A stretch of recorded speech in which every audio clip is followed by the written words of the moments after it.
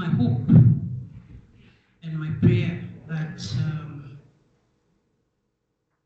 there's nothing we're going to take away from everything that's going to be discussed here today. It to be a burning issue in our heart, a burning question. And what is that? What is my role in this issue that is being discussed? What is my role? What do I do? How do I bring in a change? I apologize once again that the program is starting late. DG NCDC is unavoidably absent, and I'm standing in my capacity of medical microbiology, a microbiologist working with Biosecurity Teaching Hospital, bring us some of the facts and details that we see on a daily basis, what we are grappling with. So what is antimicrobial resistance? As the name implies, it means resistance to antimicrobials, right? Meaning what? It means the microbes, and we know the microbes can be bacteria, they can be fungi, they can be viruses, okay, they can be parasites. The trend has been noticed that more and more these days, we are not responding to treatments with our regular antimicrobials that we have been using. I'm going to give us 2 case scenarios that sometimes we see it's repeated often and often. Once had a case in the hospital of someone who came in with sepsis. Sepsis is infection of the bloodstream, okay, and organisms are multiplying in the blood. Microscopic culture and sensitivity was done. The organism was detected, but funny enough, all the antimicrobials that were used to do the susceptibility testing for that organism, all resistant. So there are some drugs we call first line, some we call second line, and then some of the drugs you keep deep down in the pocket because you don't want to bring them out because of fear of resistance. So the first set of drugs used for such a patient were the first line drugs. So we now went for the second line drugs, hoping that we get one at least that will address the patient, because when patients come into the hospital like that, what we do is to give them empirical therapy, which means you want to give them a cocktail of antibiotics or antimicrobials in the hope that those drugs that you are giving them will take care of, if you take care of, one of them will take care of the organisms, pending when your result is out for what the organism may be. Now the lab has done the test, and all the drugs that the patient is being given at that time is not responding to any of the drugs. So we use second line agents. It was also resistant to all of them. We knew that we were in trouble. And this trend is not only here at Biosecurity, it's all over. And I believe we're just seeing a tip of the iceberg. It's frightening. And the pandemic, because studies after studies have shown that we're not the only ones who are battling with that. Quite a number of countries, okay, have reported that more and more they are seeing patients that laboratory tests are conducted on, and they are noticing resistance. That's first case scenario. At a point, we decided to do some form of a local antibiogram. That's a study of all the antibiotics we have used for the year and how their susceptibility have been. Somehow, to our amazement, we discovered that Escherichia coli is an organism. Actually, almost all the third generation cephalosporins that we're using for them, they were resistant to it. And these are the drugs that once one is ill, and you go to the hospital, whichever hospital, private, primary health care center, a secondary center, or a tertiary center as in biological, these are some of the drugs that they start giving to the patients. And then you start getting really worried. As it is sometimes, we isolate organisms that you are not just finding sensitivity to any drug. So you have to start requesting for some drugs. You have to start ordering for them to be able to find out if that organism has sensitivity to them. And imagine if somebody just comes to the hospital to treat what's ordinary urinary tract infection, pneumonia, boy, okay? And then you are hearing stories that there is no antibiotic, and the person moves from what? Worse to, I don't know, until the person is dead. This is actually the stage we're heading for now. But there are things that can be done to stem this tide, and that is the awareness. It's my hope that we'll not only won't limit it to the room, won't limit it to our online listeners, that we'll go out there into the university, into our classrooms, into the community, into the market, into the hospital, to our patients, and make them aware what are the things that we ourselves are doing that are, we're endangering the persistence of this trend. All right? So, as overview, we have understanding antimicrobial resistance, which I've just tried to take us through the global impact, the causes and mechanism, the current challenges, and solution. Right? So I'll skip what are antimicrobial resistance. I mentioned that some of the organisms that you can have resistance to are bacteria and viruses. But you see, because we are in a developing country, and because most of the organisms that we are still battling with here are mainly bacteria, okay? You will discover that quite a number of the resistance we'll be talking about is geared towards bacterial infection, okay? So sometimes you hear antibiotic resistance, antibacterial resistance, antimicrobial resistance, okay?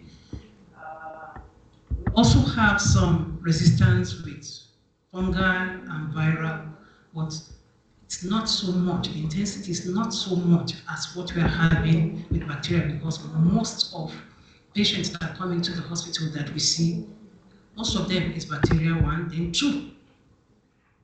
Diagnostic mechanisms we have is tailored mainly towards bacterial infection. There's, I think, a few means for viral diagnosis and fungal diagnosis, and we have started noticing resistance even in those ones. So the rapid emergence of resistant organism is occurring not only here, it's worldwide. Of antibiotics, which have transformed medicine and saved millions of lives. The first patients were treated with antibiotics have again become a threat. Before the discovery of antibiotics, it used to be known as the antibiotic era. Okay, then we reached the antibiotic era. It is with trepidation that I think as at 2014, WHO announced that we have now reached the post-antibiotic era. All right, we'll find out the reason why shortly.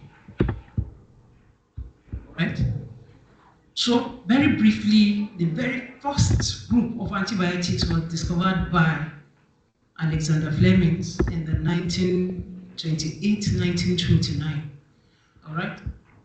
Went through, did some experiments, and then discovered that a fungus, okay, called penicillium, was growing, and bacteria couldn't grow near it. And then he started questioning, and then they decided to pick that fungus that was growing. They purified it, and decided to use it as clinical trials. So they started using it as clinical trials in the 1940s. Okay, so that was the start of the great discovery of antibiotics in medicine. All right, and it really helped a lot because shortly after, I think there was World War II, and it helped the soldiers who came down with so many illnesses, wound infections in war. Okay, but shortly after, it was discovered that penicillin that was discovered initially, even resistance started developing to that. A lot of researches came up, there were some innovations, okay, a lot of things were added to the penicillin, some amino group, some carboxy group, some uridyl group, in an attempt, okay, to overcome that resistance that had been noticed. But shortly after even these are added, we discovered that resistance still the order of the day. These microorganisms, we can't see them with our naked eyes, but we have a lot of respect for them because they are very intelligent. Okay? We humans, we spend a lot of money to produce one single type of antibiotic. The microbes, in no time at all, okay, they develop resistance to it, making years and years of research, millions of dollars just go down the drain. All right, and the big question is, what do we do? So the scale of the problem is a global health emergency. Right? It's been declared by WHO that it poses serious threat to global health. It affects both developed and developing nations. It crosses all boundaries, whether human, animal, and the environment. Okay? And it is growing rapidly. Right? So there's a slide on time development. Slide on time development. Okay, we want to go over it completely, but it's just to give us an idea of at which or the way antibiotics were being produced, and before you know it, resistance was being developed by the antimicrobials. Okay, so we can see the stats at 1943 until 2010, when one of the recent generation cephalosporins, some that in some developing nations we don't even have. If you have a patient that you need to give ceftaroline to, you will need to order the drug. Antimicrobial resistance have been discovered to this also, right? Now, what are some of those organisms that we consider as threats for us now, that we have them developing resistance to antimicrobials? Okay, them include Clostridium difficile, resistant Enterobacteriaceae, resistant Staph aureus, gonorrhea, Mycobacterium tuberculosis, Acinetobacter pseudomonas, and quite a number of others. Okay. Next slide, please.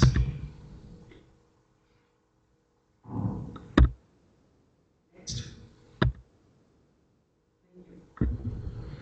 So how do these resistance, how do they come about?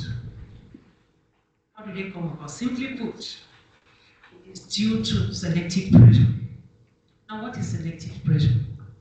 Selective pressure means when we take antibiotics, which we all do, there are different types of organisms in our bodies. Some are resistant, some are sensitive. So the antibiotics we take kill off the ones that are susceptible to that antibiotic, the sensitive ones, and leave the resistant ones. And those resistant ones, if the antibiotic ingestion continues, because they are resistant to it, they have the opportunity to keep multiplying and multiplying and multiplying. And not only multiplying, they also have the ability to generously dash other groups that are not even part of that family. So you will discover that there's resistance in a particular group completely phylogenetically different from another strain, and then they give it to them too, and the problem becomes compounded. So that's selective pressure. Now there could be gene transfer, okay, of resistant genes in between microorganisms, all right, and then there could be genetic mutation by so many factors. We will not be going into that, but these are some of the reasons why we have resistance. Next slide. Right. Now, what causes this resistance? What are some of the things that we indulge in that causes this resistance? We put them into some big groups. The very first on the list is healthcare. First on the list is healthcare. I usually used to advise people when they come into the hospital, any hospital, whether private, wherever, please don't go to the hospital if you're not ill. Don't sit on the hospital bed. Don't touch the hospital wall. Don't lean on whatever. Just keep yourself to your. As you are leaving that place, make sure you always perform hand hygiene. Yes, I hope that we're all going about with our our hand sanitizer, isn't it? It's a lifesaver. It's a lifesaver if we want to prevent antimicrobial resistance. Okay? So in the hospital, sometimes it's been found, studies have found that sometimes doctors do give over-prescription. There are some infections that, ideally, if you give start dose of an antibiotic, or a day dose, or 2 days dose, it's just okay. Not only doctors too, pharmacists are very, very guilty of this too. I went to a pharmacist once somewhere at Abuja, and I just wanted particular infection for myself, and I needed just 2 tablets of metronidazole, start dose. So I entered the place and I said, please just give me, I know they won't give me 2, except it's the counting time, isn't it? Just give me a sachet. He said, no, you don't give it that way. We're giving you 2. So you take 2 in the morning, 2 afternoon, 2. I said, no, I don't want it like that. I just want, I didn't say this is who I am or something. I just put myself as, let's assume that I'm a layman who doesn't know anything about it, and the doctor has given me a prescription. And I just went into a pharmacy and I said this. So you see, at the end of the day, I had to come out and say, see, I'm taking this for myself. This is who I am, this is what I want to use it for. So he said, oh, sorry. You see, the thing is that there are many people coming here, they take underdose. I said, but what about the person who comes in with a prescription and he says, this is the dose that I was told to take. And you say, as a policy in this pharmacy, we don't sell that kind of thing. So you overprescribe, you've given the patient more than he needs. What will he do? Is either he takes as you have redirected his prescription, or he takes what the doctor or the clinician has given him and he goes and keeps the rest at home so that he can become doctor to anybody that has a similar. Okay? So sometimes there's incomplete treatment too. All right, stopping antibiotic treatment prematurely. Sometimes when they give us antibiotics, once we start feeling fine, we just keep the rest down. We're also giving opportunity for the resistant microbes to multiply. There's also lack of diagnostic testing. A lot of clinicians in the hospital are guilty of this. All right, even if we order for the diagnostic testing, because there are some conditions you can't just, there are some, you must wait until the laboratory diagnosis is out, okay, to start prescribing. Some because of pressure, patients just prescribe sometimes. And what do you have? Patient goes and use the drug. Ideally, once the result is out, okay, we should use the result of whatever test it is we have ordered for okay, to adjust whatever medication it is that the patient has been given. But sometimes patients are just left, and before you know it, they just follow that particular regimen, complete the antibiotics, okay? Sometimes there's also unnecessary use of antibiotics to prevent infection, leading to the development of resistance. Okay. Also, it's been noticed, next slide please, that resistance can occur as a result of use of expired antibiotics, okay, using of antibiotics for acute rhinorrhea. Don't mind the big English. I'm sure many of us here are very, very culpable for this. When we have catarrh and your nose is boiling, what happens? Even before you go to pharmacy, before you go to the hospital, what do you take? Let's have, what do you take? Erythromycin, Otramoxazole, what else?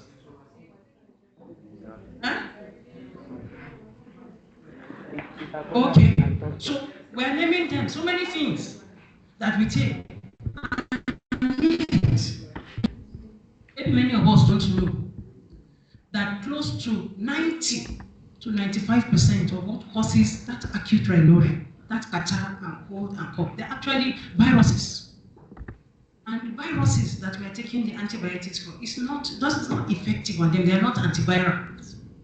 So what do? We're swallowing the drugs. What happens when the drug gets rid? No, we have organisms inside us. They live in us. They live on us. Some are our friends. We can't do without them. But some are also our enemies. And it's those our enemies. When you take them, you give them opportunity to come up. And they say, yes, we have come. So you are by yourself raised an army of resistant mutant organisms that when you now need those antibiotics for, they won't answer, they're just waiting, or they will cause the illness. When you use them, they won't answer. So you now go to the hospital. Doctor treats you for malaria. It's not malaria infection, it's a bacterial infection. But you are going to take anti-malaria. 2 days later, 1 week later, 2 weeks later, you go back, you say, the fever, it went, then it came back again. Then what happened? Doctor said, go and do wider. Then you do wider. Permit me for calling it, that's not very useful test. That once wider that you do, not very useful. Except if you have done it twice. If you have done it before you were ill, and then you do it when you are ill, then they can compare the two and say, oh, certainly, something is going on here.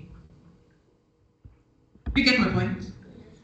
So they say, oh, it must be typhoid fever. Then you are prescribed antibiotics. Probably some of the same you took when the thing started initially. It's not working. 1 month later, you are back. 6 weeks later, you are back. In fact, at a point, some of us will start saying, my own problem is my malaria and my typhoid fever. Because I'm always having them every 6 weeks. That may not be the issue. All right? Sometimes, too, some of us are guilty of using people's leftover prescription. You just go and meet a friend, auntie, uncle, cousin, and say, I have this. Say, me too, I had this last week. In fact, they prescribed drugs for me. I didn't. Just have it and use.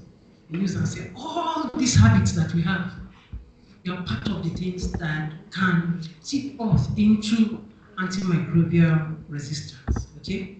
So another very big and huge block, let's like this, agriculture. We know that these days, where everybody is pursuing increase in livestock growth, all right? A lot of antibiotics are used in livestock feed, either for animal or for poultry or for fish, either for preventive or for curative purposes. Some just like that, because they have heard that once they are given some antibiotics, okay, it assists and helps them to grow well. And so right in those livestock, resistant breeds, resistant organisms are bred into them. And studies have shown that especially farm workers who work with these animals, it's been discovered that with time, the organisms actually find a way to cross-migrate, because when they do studies and check the flora that is in the bowel of those organisms, they find virtually the same thing in those who are working with them. And those who are working with them will now come out into the community where you and I stay, and then what happens? It keeps being passed on like that. All right, so it can be used in livestock growth promotion, in disease prevention, in crop protection, in food preservation. I've heard of places where these are mango trees, tangerine trees. Some people carry tetracycline, streptomycin, and go and spray them because they want to prevent them from having mildew and so many other diseases that can come with them. Right, so these are some of the things that can chip us into this. Right, let's go next slide. Another big cause is in the environment. Okay, it could come in form of manufacturing waste, pharmaceutical companies who generate waste that contain antimicrobial residues. Hospital effluents. Okay, these are discharges from hospital that can contain antimicrobial agents and resistant microbes, right, which can contaminate the environment. We could have agricultural runoff, that's surface runoff of water from agricultural companies, right, that can also have urban waste when there is improper waste management. Okay? So you will agree with me that this antimicrobial resistance we are talking about is much more beyond the doctor, beyond the pharmacist, is beyond the hospital, because it has left hospital, it has entered right into the environment. Permit me to say it has landed even right on our table, because we buy this poultry, we buy fish, we buy meat, do we not? So these are the things that we are grappling with, all right? And because of this, it's been noticed that there is increased mortality rate when a patient is in the hospital and you are giving him drugs, which the tests will show later that he's not susceptible to. There's increased mortality rate, which means there's increased death rate. Longer hospital stays. The patient that is supposed to come into the hospital and just treat 3 days, 5 days, 1 month, is still in the hospital. Okay? Use of complex treatments. When you try this antibiotics, it's not working, you discover that it's resistant to the organisms disturbing the patient. You try more advanced ones, all right, and then higher health care costs.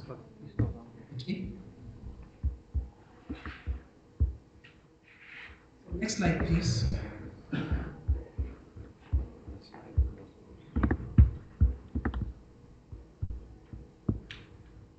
Impact on modern medicine. In surgery, resistant infection pose a significant threat to all procedures, right? Increasing complication and mortality risk.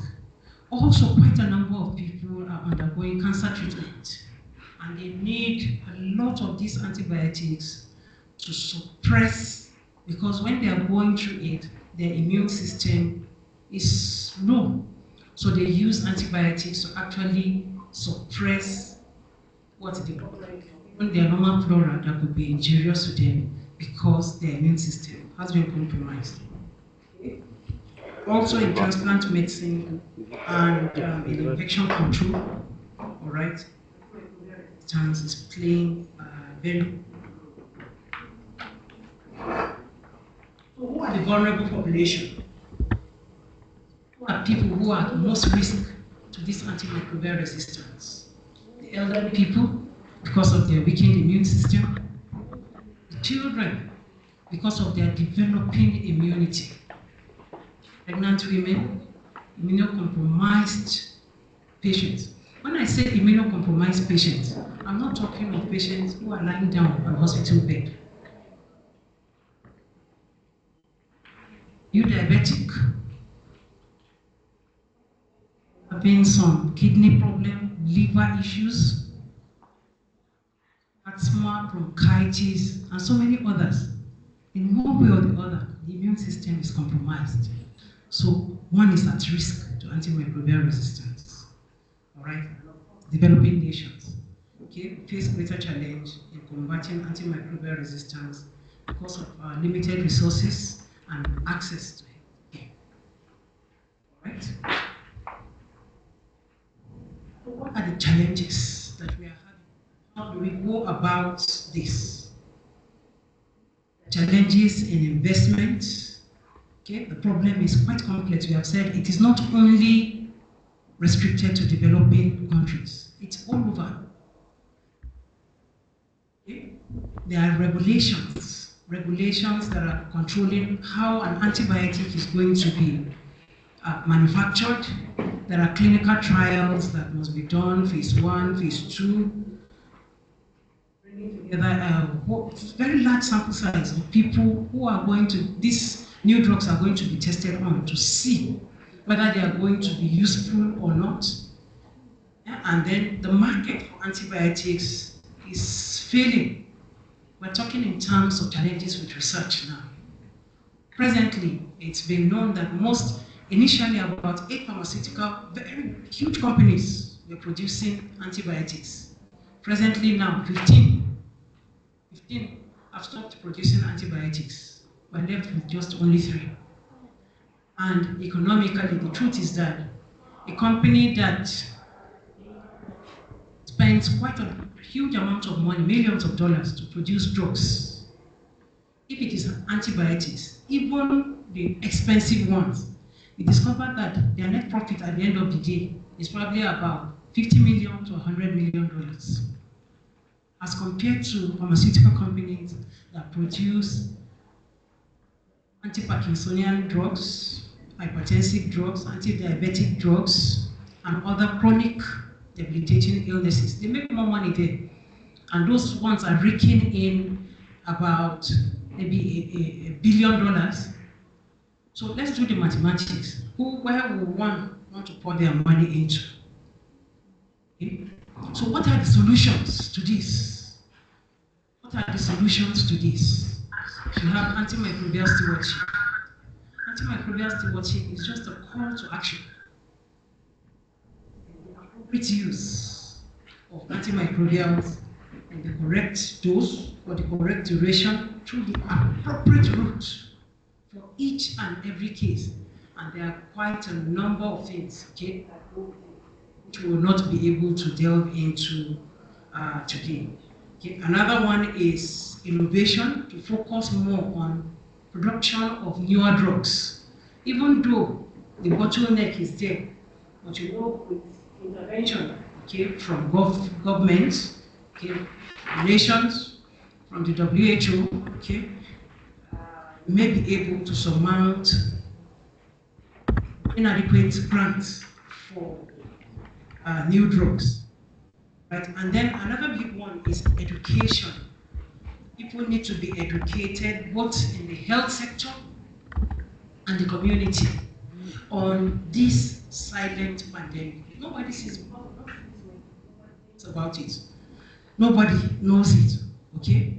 So, we advocate that let everybody be aware. We advocate that the government too is aware, okay, so that policies can be set, that we help all health centers develop antimicrobial stewardship. Okay, advocate that new drugs we plan, and then maybe advocate that people talk of antimicrobials just anyhow, not only individuals, all the other institutions, okay, that we have mentioned, right?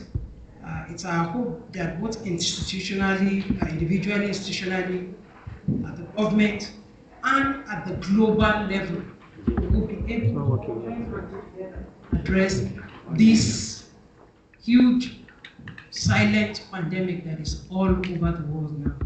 Thank you very much.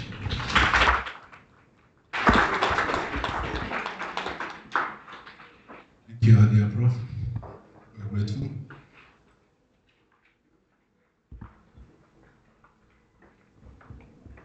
I'd like to invite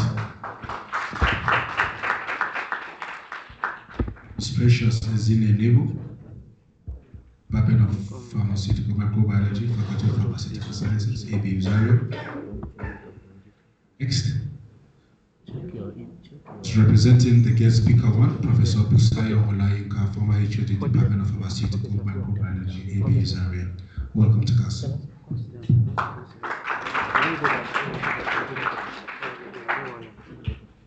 Good afternoon, everyone. I am Nebo Precious Isni, and please permit me to stand on existing protocol. I'm here to represent my professor and supervisor, Professor Busayo Olayinka. Sorry, he is unavoidably absent. I also want to thank the VC for putting up this symposium. It will do a lot. A big thank you to the keynote speaker. She really sets the ground for me. I'm grateful. My topic this morning is innovative solutions to combat antimicrobial resistance, unbundling the non-traditional control strategies. She talked about the pre-antibiotic era, so I will not be dwelling on that. But I'll just say that the first published account of microbial antagonism is that of William Roberts in Philosophical Transactions of the Royal Society in 1874, where he noted that the growth of fungi often suppressed growth of bacteria, and goes on to say, I have repeatedly observed that liquids of penicillium was growing luxuriantly to inhibit the growth of bacteria. The antibiotic era started in 1928 when Alexander Fleming found penicillin, went down on to 1955. But since that's not my focus, I'll just brush over it. She told us what antimicrobials are, and they've really done a lot in modern medicine, helping us to treat infections and then helping us to carry out modern medical practices without any fear. And as human beings, you know, when there is success in something, you want to do more.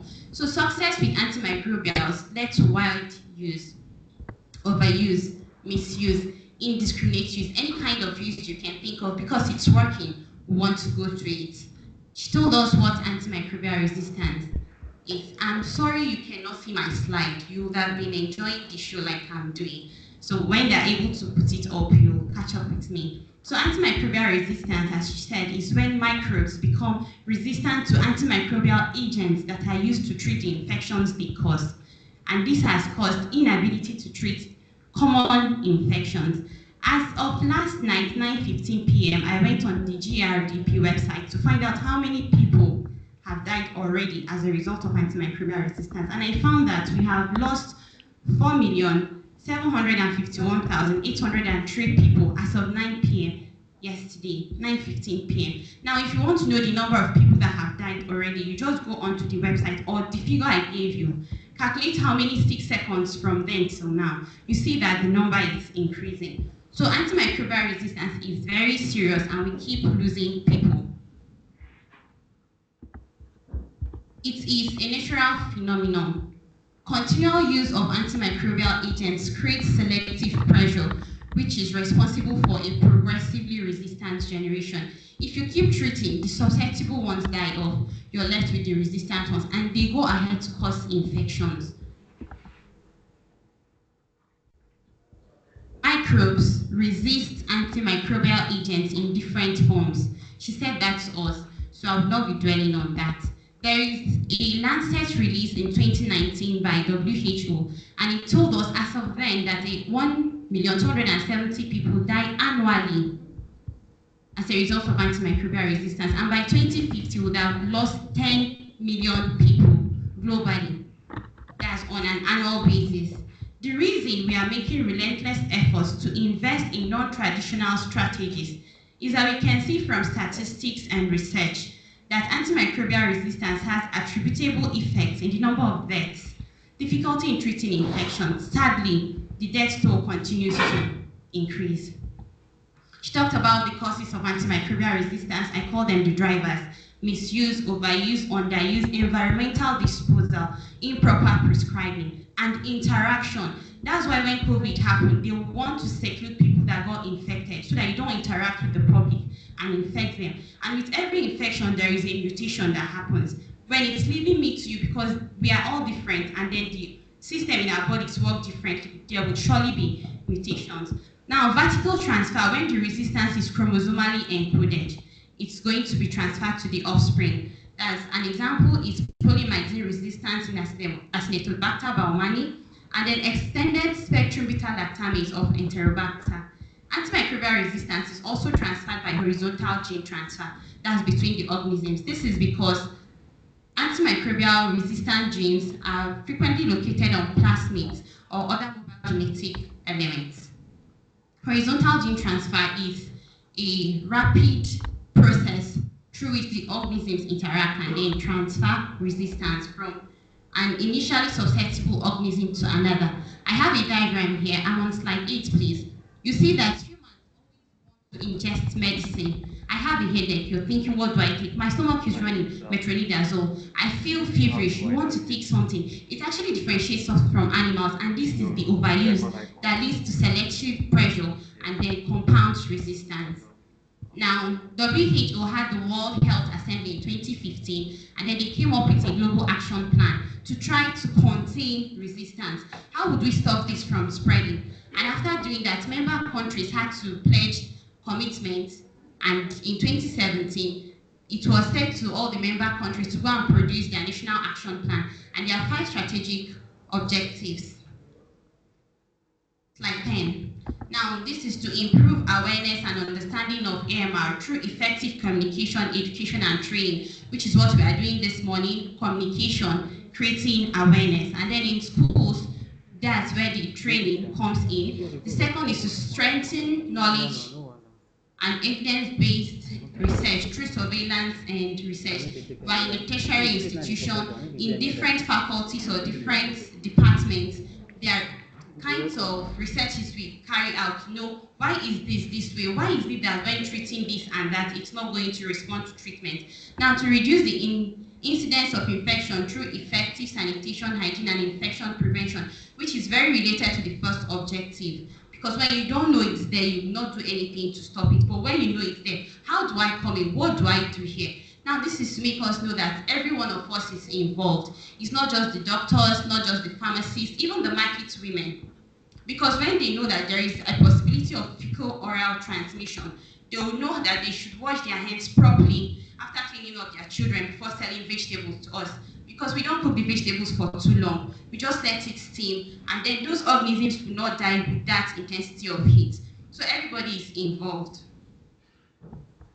Now, I can see some people wearing a crested vest, that's the AMR Club. These are ways of creating awareness and then the campaign. On this slide, you see to strengthen knowledge and evidence base. I just want to show you that Nigeria is a member country and they have a national action plan, and it's according to the objective of GAP.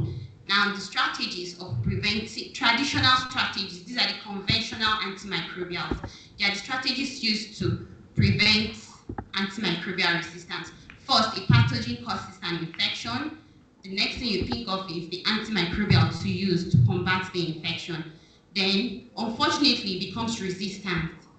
By the time it's infecting another individual, it's an antimicrobial resistant pathogen that is causing the same infection a susceptible one caused. How do we go about this? We either prevent the infection. This is the best way to solve the problem. Now, when there is communication, there is cooperation, because you understand what I say, and then we have the same goal. When there is cooperation, there is unity. And when there is unity, nothing is unachievable. Now, if I can stop your communication, you will not be able to cooperate. That's the very first step. Prevent the infection. In any case, the infection happens. Effective diagnosis and treatment. If you don't diagnose an infection properly, you are surely not going to treat it properly. And then it continues to happen, like our keynote speaker mentioned to us. Optimal use of antimicrobials.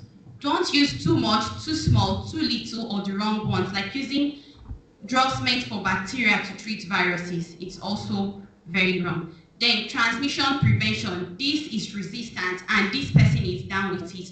Please be secluded for some time until you're fine. Don't interact with the general public because as it spreads, it's more difficult to combat. Additional strategies, as I said, are the conventional strategies, where you have your combination therapy, sequential arrangement. The various ways of using these antibiotics is, sorry, I'm on slide 14, is to delay the development of resistance. Now, we are supposed to have new classes of antimicrobials with new mechanisms of actions and anti-resistant properties, but some way, somehow, we are not able to do that. And the pace at which the organisms are becoming resistant, we are not able to match it with new antimicrobials. So we have to start looking for alternative strategies. Now, the challenge with these traditional strategies is that they are very insufficient. They are not helping us. Slowed pipeline, resistant development, outpacing, and the reliance of antibiotics in agriculture. Our keynote speaker did justice to that. Now, what are these non-traditional strategies? They are strategies that do not kill directly, slide 16. They are not direct acting molecules like the usual antibiotics that we know. So they do not exert selection pressure. When there is no selection pressure, there will be no resistance.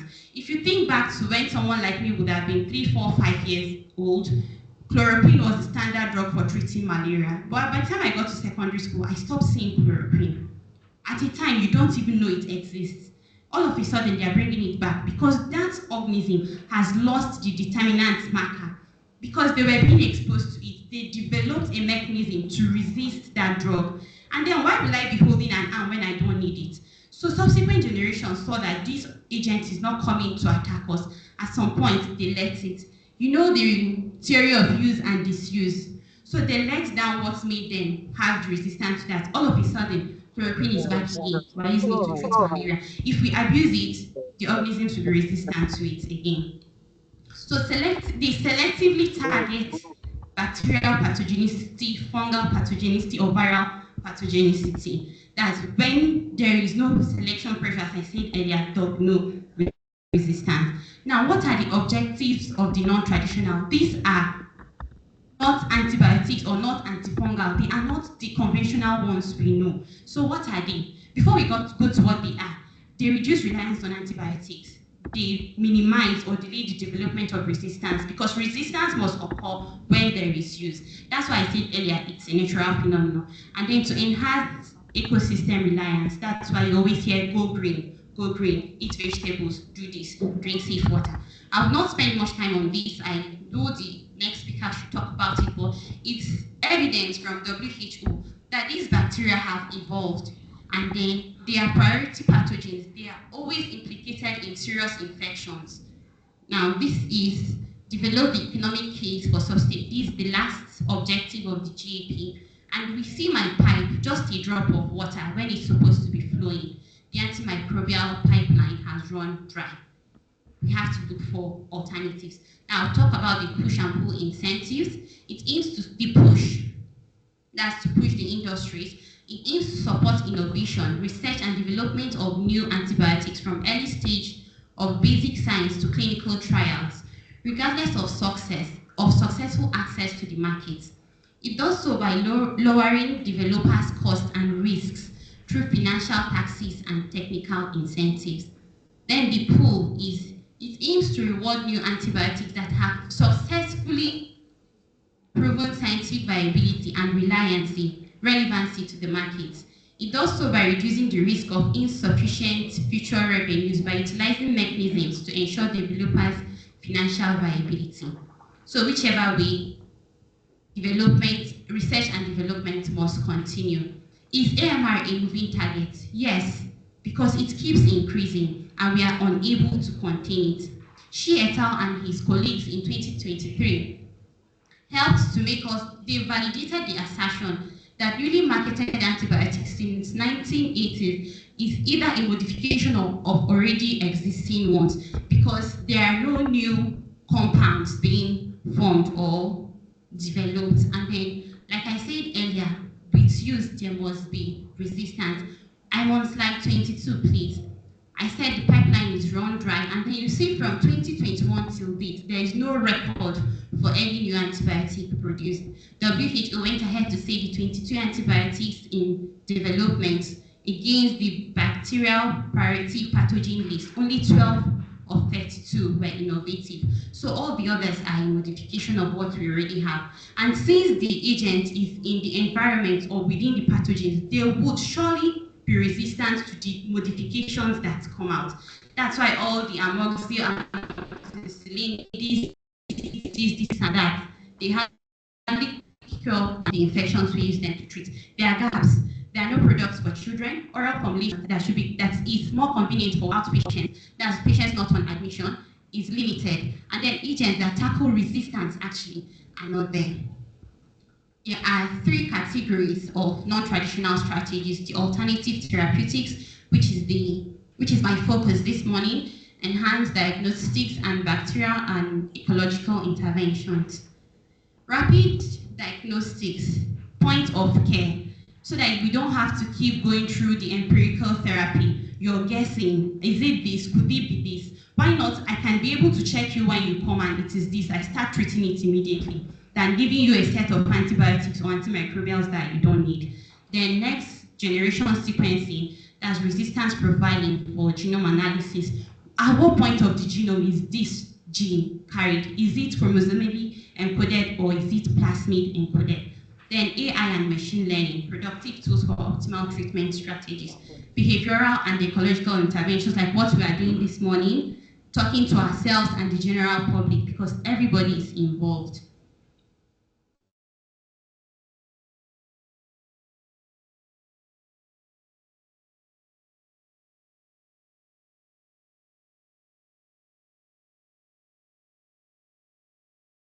Away the water, like people that have fish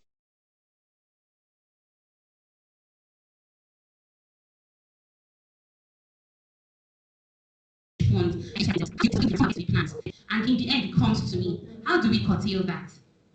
Now, this is my focus. Slide 27, please. Non-traditional alternatives. These are non-traditional strategies, non-antibiotic or non-antimicrobial strategies.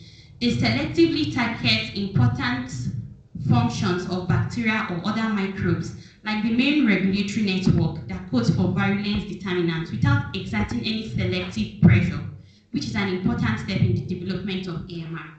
Now you can see the list of them. I don't want to go reading them because we cannot see it. And I like CRISPR-Cas because it's a mechanism that is in the organism, bacteria especially, that I would use against them. They have the ability to cut some part of their gene. If I'm able to see that the antimicrobial resistance gene is located on this part of the chromosome, I will employ that CRISPR-Cas 9 and 13, especially for AMR, to cut that part of the gene. And then in anneals, there is a modification, and it has lost the determinant that will make it to be resistant to whatever agent I'll expose it to. Another one is intestinal microbiome modification. I like to call it microbiome engineering because it's changing the microbiome. A very good example is the FMT, fecal microbiota transplant, when you take fecal matter from a healthy individual and use it to colonize the GIT of an unhealthy patient. For instance, long course of antimicrobial antibiotics especially has made a patient go down with pseudomembranous colitis that's in his GIT. How am I going to remedy that situation? FMT is the way out. Another is prebiotics. Eat vegetables. There are some non-degradable cellulose and polysaccharides we get from there that help us in digestion, and then it will help to keep the balance of the GIT.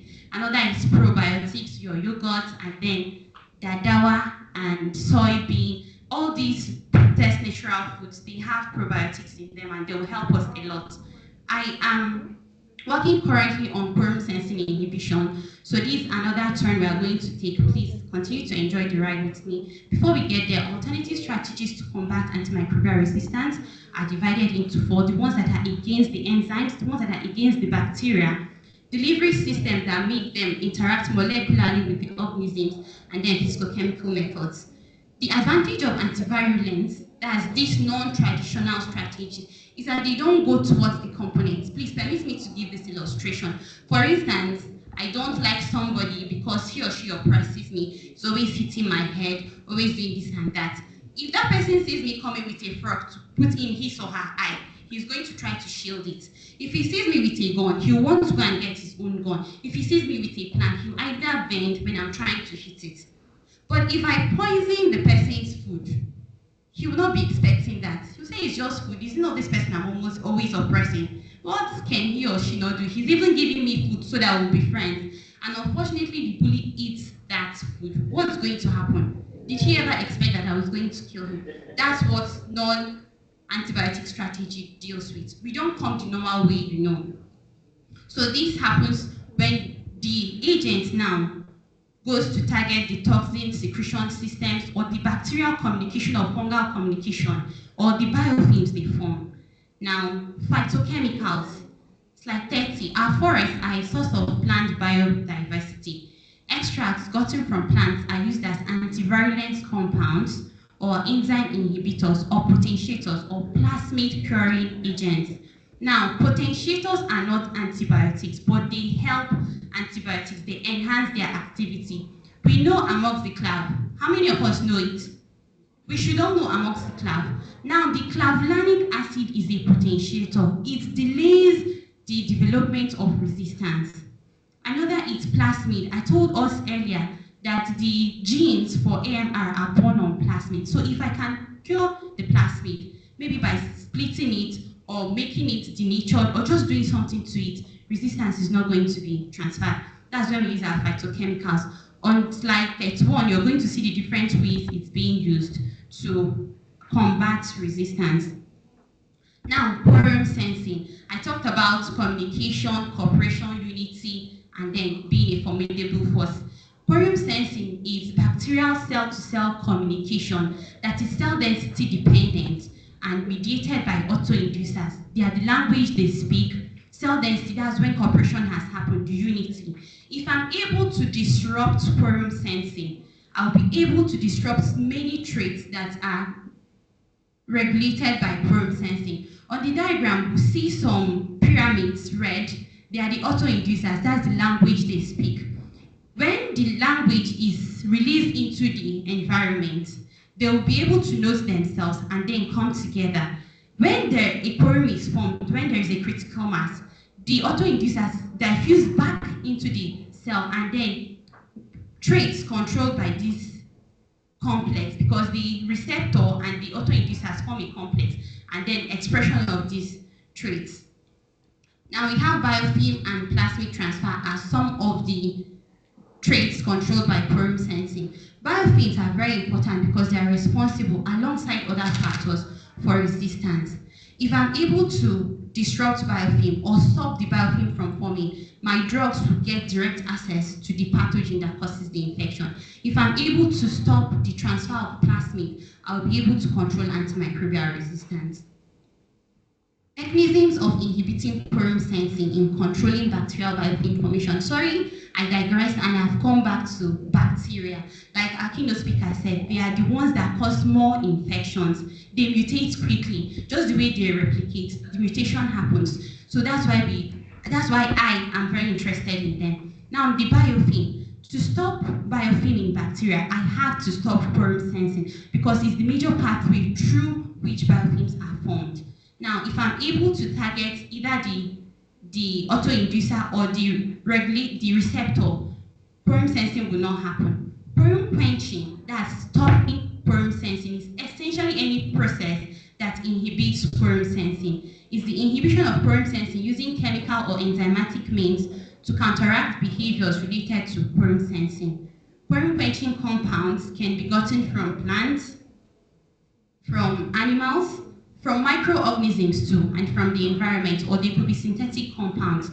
Now on slide 35, you see that to inhibit quorum sensing, I'll either block the synthesis of the autoinducer or inactivate already formed autoinducers, or I'll interfere with the signaling pathway, or my compound should competitively bind to the receptor or denature the receptor. If any of these 5 things happen, quorum sensing would not happen, and then biofilms will not be formed, plasmids will not be transferred, the genes will be contained, and at a point it will be like, why am I still harboring these genes when nothing is coming to affect me with this? It loses the determinant, and then we have susceptible organisms. I'm sorry, because of time, I'll rush quickly.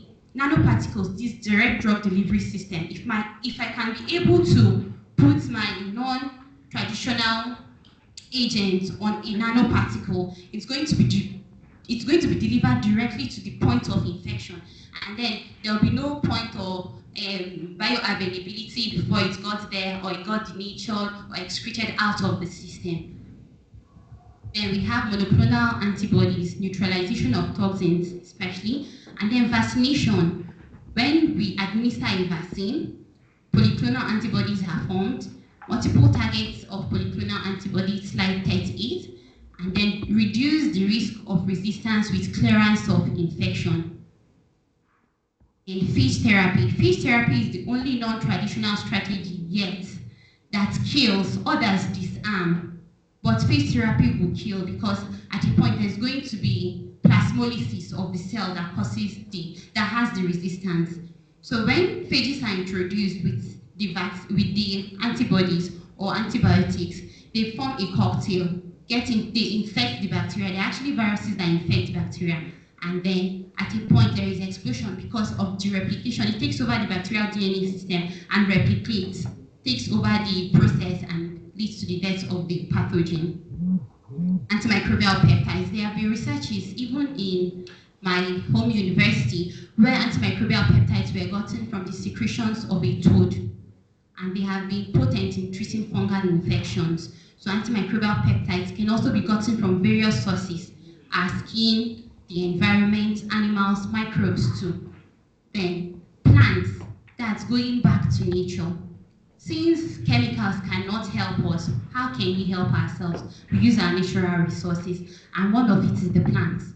You will notice that my graph is ascending. So from 2012 till now, the number of plant-based research that have been done to try to combat antimicrobial resistance is increasing. So I would urge any of us that's going to carry out research in that field to look into plants. We could get something that will help us from this menace.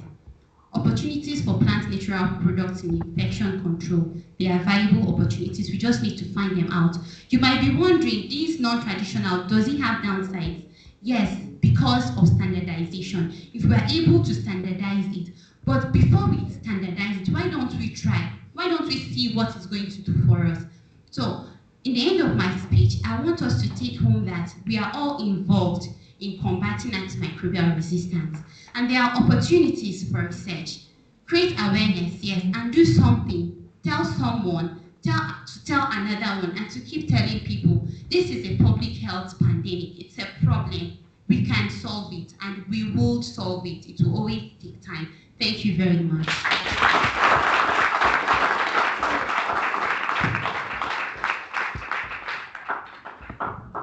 Thank you. Well done. This is the representative of the Honorable Commissioner Ministry of Health here with us. Okay. Not yet. Our guest speaker 2 is Dr. Levine Damisa, Director of Medical Defense Intelligence Agency, DIA Abuja. He'll be joining us online. Is Dr. Damisa with us?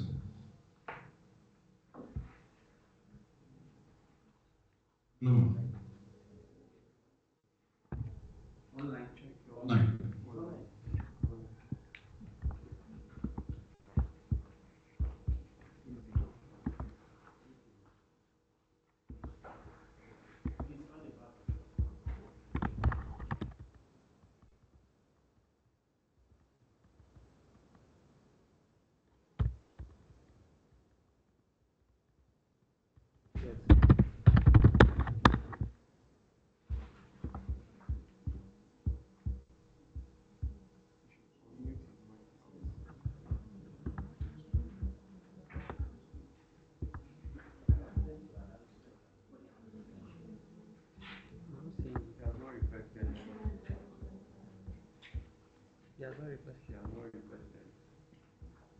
You're with us?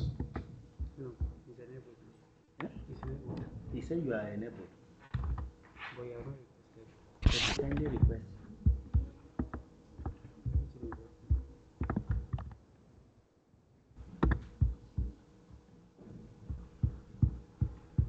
Have you seen it?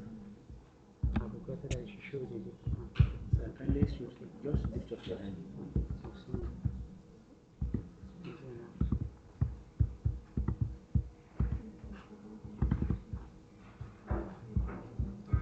We can see you on your mic, please. Hello, good morning. We can hear you now. Can you hear me now? Yes, Yes, we you can. can hear you. Okay. He has not allowed me to share my screen. You are allowed, please. You can You are share. allowed, we can share.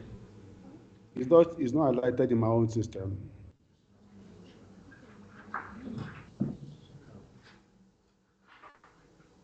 Okay, if you can give me his PowerPoint is here, right? Yes, his PowerPoint is here. Yeah, I have it. I will share it on your behalf. You can You share see it it, on your, right? you can continue. Okay, all right. I hope we will to synchronize. Yes.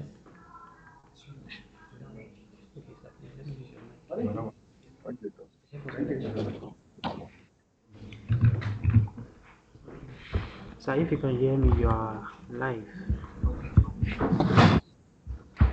Your slide is live.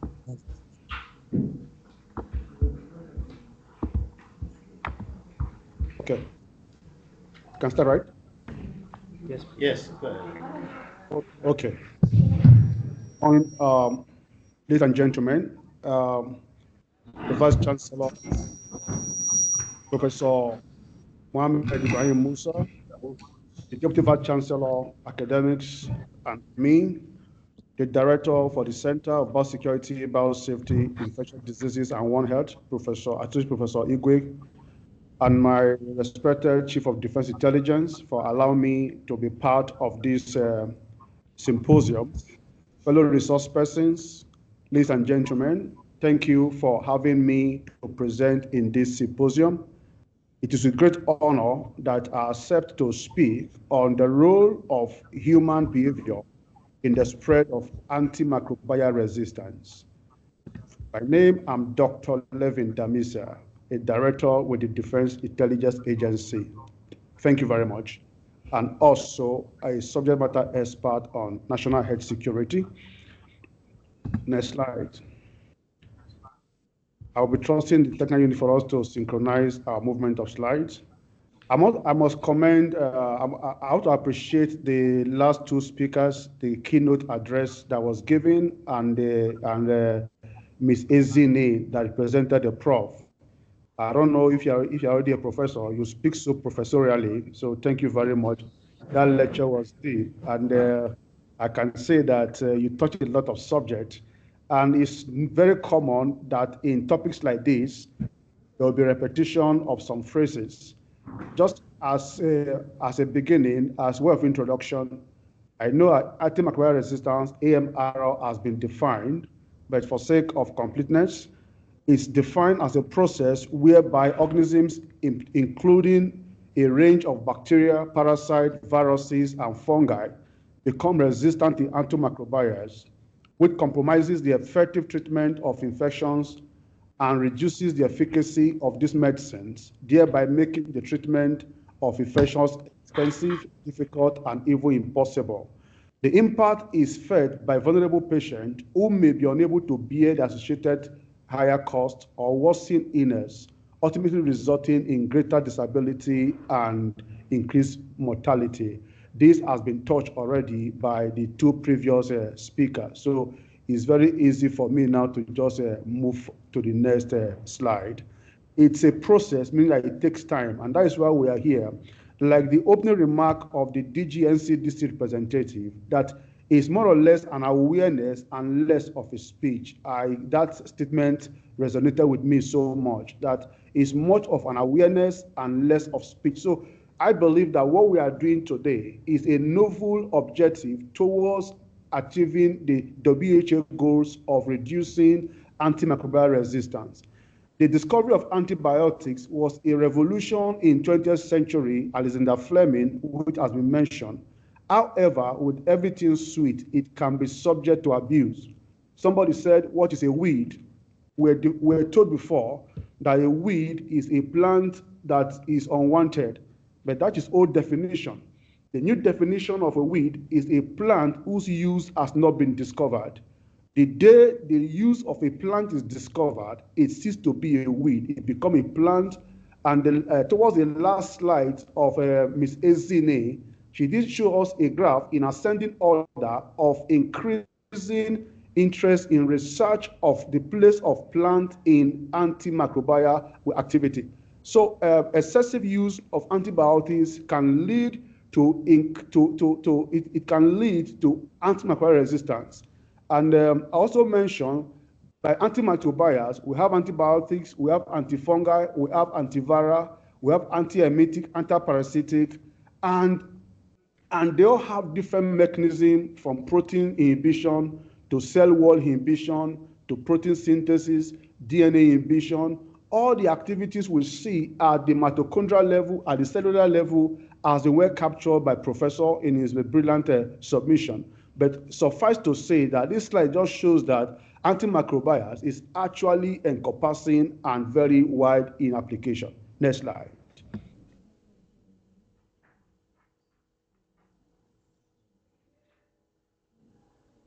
Now, looking at antimicrobial resistance, I like to have this slide in most of my presentations because human security is influenced by a lot of factors. Human security has to do with multiple factors that define human security, in the sense that your pocket, your health security, economic security, food security, all these add up to human security. And we found out that antimicrobial resistance, as noted earlier, increases patient stay in the hospital, and the people that are worst hit are those who are more vulnerable, who will have to lose more days in the hospital on admission because of resistance developed in either by out of omission or commission by the attending clinicians or the dispensing pharmacists. So you find out that human security affect our pocket, affect the economy in a great extent, which I think the next speaker will be touching the economic impact of antimicrobial resistance. Now, that now takes us to understand that antimicrobial resistance is a threat itself to national security in its own way. Now, why should we be concerned about antimicrobial resistance? Next slide. Why should we be concerned? Why are we interested? Why is the center asking us to discuss this interesting subject of antimicrobial resistance?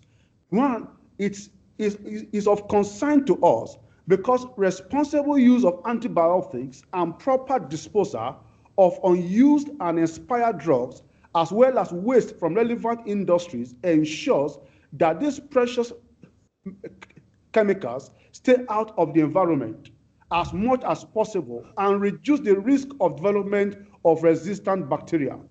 The same phenomenon can be observed in human health as well, with antimicrobial resistance emerging from misuse of antibiotics in people. And today, the new resistant strain of bacteria affect hospital patients all over the world. And it's not an African thing, nor is it a Nigerian thing. It's a global phenomenon. And that is why we are concerned with learning about AMR, that industries are also involved.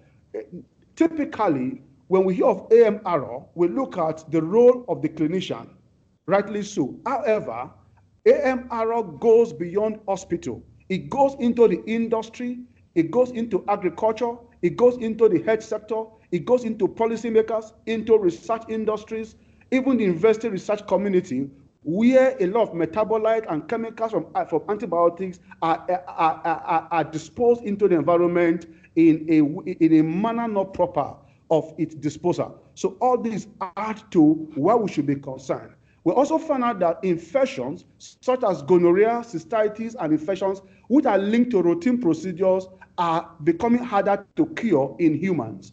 It's unclear how many deaths are linked to AMR, at least in real time. But from the last speaker, we can see that over 4 million people have died for AMR. And in a remark, if you go back and check now, between 9 p.m. when that check was done, and now about 12 o'clock, about 1 p.m., more death must have taken place from AMR. So that is why we should be concerned in looking at this important topic of antimicrobial resistance. Now, the concept of One Health, next slide. Next slide. The concept of One Health was first discussed or was captured in 1964 by Professor Calvin Schwab, who died in 2006 at the age of 79. He is the father of modern veterinary medicine, epidemiology. He coined the word One Health or One Medicine when he emphasized the close relationship between human and animal health as interdependent. I know that other people have also captured the close need, but Professor Schwab brought out that there's no dichotomy, there's no clear differentiation between animal health and human health. And that's why he called the One Health. So looking at this topic against One Health is timely, knowing fully well that whatever happens to the animal world also has impact on humans. And again, the environment, which is the third leg of One Health concept. The environment is where humans thrive in their activities. The effect of global warming, the effect of deforestation, desertification, coastal erosion of communities has led to increasing interaction with human and animal, thereby increasing vulnerability of man to diseases which before now were unknown to man. So in the concept of One Health, there's need for coordination, there's need for communication, and there's need for collaboration. According to the US CDC, these 3 C's are very crucial in us taking the battle to the next level by ensuring that there's coordination. That means that operating in silos as to this is human medicine, this is animal medicine. No, that dichotomy has to be removed so that a professor of human anatomy, a professor of surgery, a professor of vet public health, a professor in pharmacognosy, a professor in pharmacochemistry, they can all work together knowing fully well that everything eventually affects human security. That is why the concept of One Health and AMR is timely. Now, we go further. What AMR mean in the ecosystem? In the ecosystem, what are the impact of AMR on animal, human, plant, and environmental health? The spread of new resistant strain of bacteria in terrestrial and aquatic animal leads to increase in animal suffering and losses. When antibiotics spill into the soil and waterways, resistant strain of bacteria can emerge in the environment, thereby affecting animals and humans. Antibiotic resistant of animals can be present in manure, such that even animals that, when you look at the food chain, the cow eats the grass, and man eats the cow. When you look at that food chain, we find out that a lot of antibiotics get into the human system by consumption of meat from the animal, who in turn has fed on grass. So the environmental impact of AMR is such significant. Now, we now look at the topic proper, looking at human behavior in AMR. By human behavior in AMR, we are looking at who are the core stakeholders when we look at AMR. Who are the key stakeholders in AMR? Here we look at the clinical part, which is, this is what naturally comes to mind when we look at AMR. We look at the clinical aspect, but permit me to say here that the clinical aspect of AMR is just a tiny part of AMR. And in the clinical part, we have the role of the physicians, the role of physicians, the role of pharmacists. Please just go back to the next slide. It's like, yes, the role of pharmacists, the role of the patient. Then we now come to veterinarians, the environmentalists, policymakers, and researchers. All these have a role to play in the spread of AMR. Now, What is human behavior? Next slide. Behaviors can either be innate or learned, and they are regarded as any action of an organism that changes its relationship to the environment. Behavior provides output from the organism to the environment. And human behavior is influenced by factors like culture, like attitude, like values, ethics, authority, persuasion, coercion, and genetics. The way a human being acts is based on different factors. So when we are looking at human behavior in AMRO, we are looking at a complex interaction of factors that define what guides man in what they do. And because man is at the center of AMRO, because eventually man is the receiving end of AMRO. How? If the animals get a lot of high level of antibiotics in their system, and there's a tendency to develop superbugs, making infection, prolonged treatment in the hospital, costing man more money. So man is at the center of human behavior. And that is why we are looking at what role can we play? What is the role of human behavior? How can the actions of a man be modulated to see that we do not continue with this habit of irrational use of antibiotics?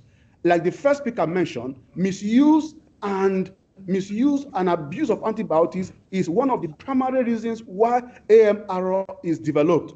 And so in that context, next slide, we found out that attitude of clinicians, attitude of researchers, attitude of people, good, thank you very much. They are determinants of antibiotic use in the macro space. We look at what is the drug policy of a nation. What are the legislations guiding the use of antibiotics? What are the available resources, the rules, the clinical practice guidelines? What are the guidelines?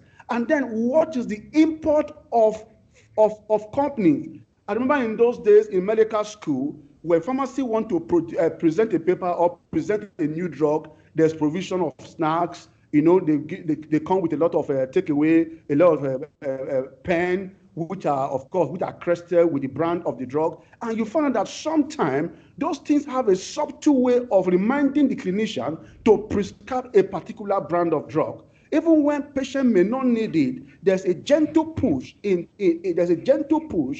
prescription. Now, what are the available information about this drug? What is the education level of the patient or the recipient or the researcher? And what is the prevailing culture? I remember in those days, in a particular place where I worked before, people see it as a pride when they are giving injection. So when they're not giving injection, they feel that as a doctor, you've not done enough. So these are social issues that has a bearing on clinical practice. Next slide. This on the biggest case.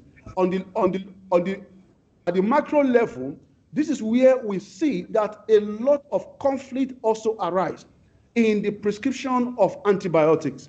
Emotions. You want to overkill. You want to overdo. And then the doctor, does he listen to other professional input in his prescription? Does he get the input of the pharmacist in his prescription? Does he wait for the result from MCA of culture and sensitivity before prescription? So all these are elements that determine antibiotic use, and to understand the role of human behavior, we need to look at this diagram very well. What is the age of the patient you are dealing with? And then what is the personal advocacy? And then crucial among these factors is the perceived risk and benefit. By perceived risk, we're also referring to financial benefit. Many a time, some antibiotics are prescribed because of financial inducement from pharma companies. Sometimes they are prescribed because of increased financial gains. So all these are social factors that influence the use of antibiotics, the prescribing of antibiotics at the macro level, and then the social influence. People tend to exchange antibiotics when they go to hospital and they are given some drugs. Some leftovers are preserved at home, and then when a family member is sick, they are given the same thing as long as they have the same complaint as I had about 6 months ago. We have seen people come to the clinic and they will tell you I'm hypertensive, And then what are you taking? Say, I'm taking the drug that my wife was given 2 years ago. I just went to the pharmacy and I got the same drug. So these are cultural issues. These are social issues that have influenced rational drug prescription, be it infectious diseases and also in non-communicable diseases. Now we now move to the next. So now coming to this, what are the 3 P's of AMR? But we say 3 P's. We're looking at what are the 3 core stakeholders. We're having the providers, the patient, and the policymakers.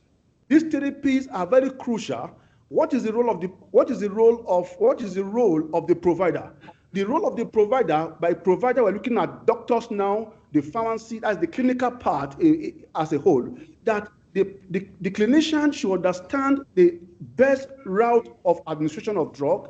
Then there should be active education of health workers and patients, which we are doing now by reason of this symposium. And then we must adjust according to clinical response and empirical evidence. Then there's a need for continuous quality improvement. And then the concept of antimicrobial stewardship, which has been captured already. And there's a need for accurate diagnosis. May I pause here to say that lack of accurate diagnosis has been implicated in the misuse of antibiotics. So what people do is to do what we call double barrel approach. If gram-negative does not work, I give gram-positive antibiotics. And sometimes we give gram-positive, gram-negative, and then anaerobes, microbes, you join all together because it's like doing a cherry pick. If one does not work, one will work. When this culture of accurate diagnosis is not taken as a front burner, antibiotics and AMR is likely to develop. And then another thing again that can affect the role of the provider is antimicrobial selection. Many a time, people, you're very right, the next slide. People want to emphasize on empirical treatment. Now, before you can embark on empirical treatment, we must know what are we treating. But oftentimes, people just look at, I must start a control now. Let me pause here. I have a friend, a colleague of mine, a very senior officer who traveled abroad for some treatment. You know, sometimes people don't treasure what they have in Nigeria. He went abroad, he went to UK, they did a lot of tests. By the time they not gave him a prescription, they gave him trimethoprim. He now called me and said, Damisa, they gave me a drug. After all the tests I've done, they gave me trimethoprim. I said, Samir, that's what you need. Help me look for the drug. I have to go and buy the drug for him here. The point is that in the West, why they tend to be winning the war is that before antibiotic is prescribed, there is accurate diagnosis or nearly accurate diagnosis. That is not what we have here.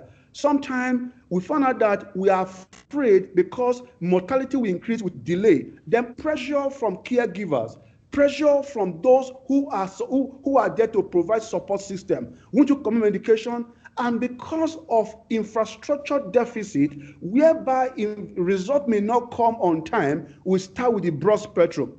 And that is a common thing we do. We start with the broad spectrum antibiotics, which we don't even review because you are afraid of wasting money. If I change antibiotics after 2-3 days to the right one, the money may go. So we end up allowing the patient to go on a trial antibiotic regimen, whereas something more effective has been cultured. So some of that, then we have false result, false negative from culture, which what the in essence is opposite. Then fear of error or missing something. So these are part of the reasons why the provider had to understand that the dynamics have changed and there is need for each and every one of us and in the provider cadre, in the provider pillar, to understand that empirical treatment may not be the way to go when we want to fight this war against AMR. Next slide. Now, the next pillar in AMR is the patient adherence behavior. We are looking at the role of human behavior. We found out that in our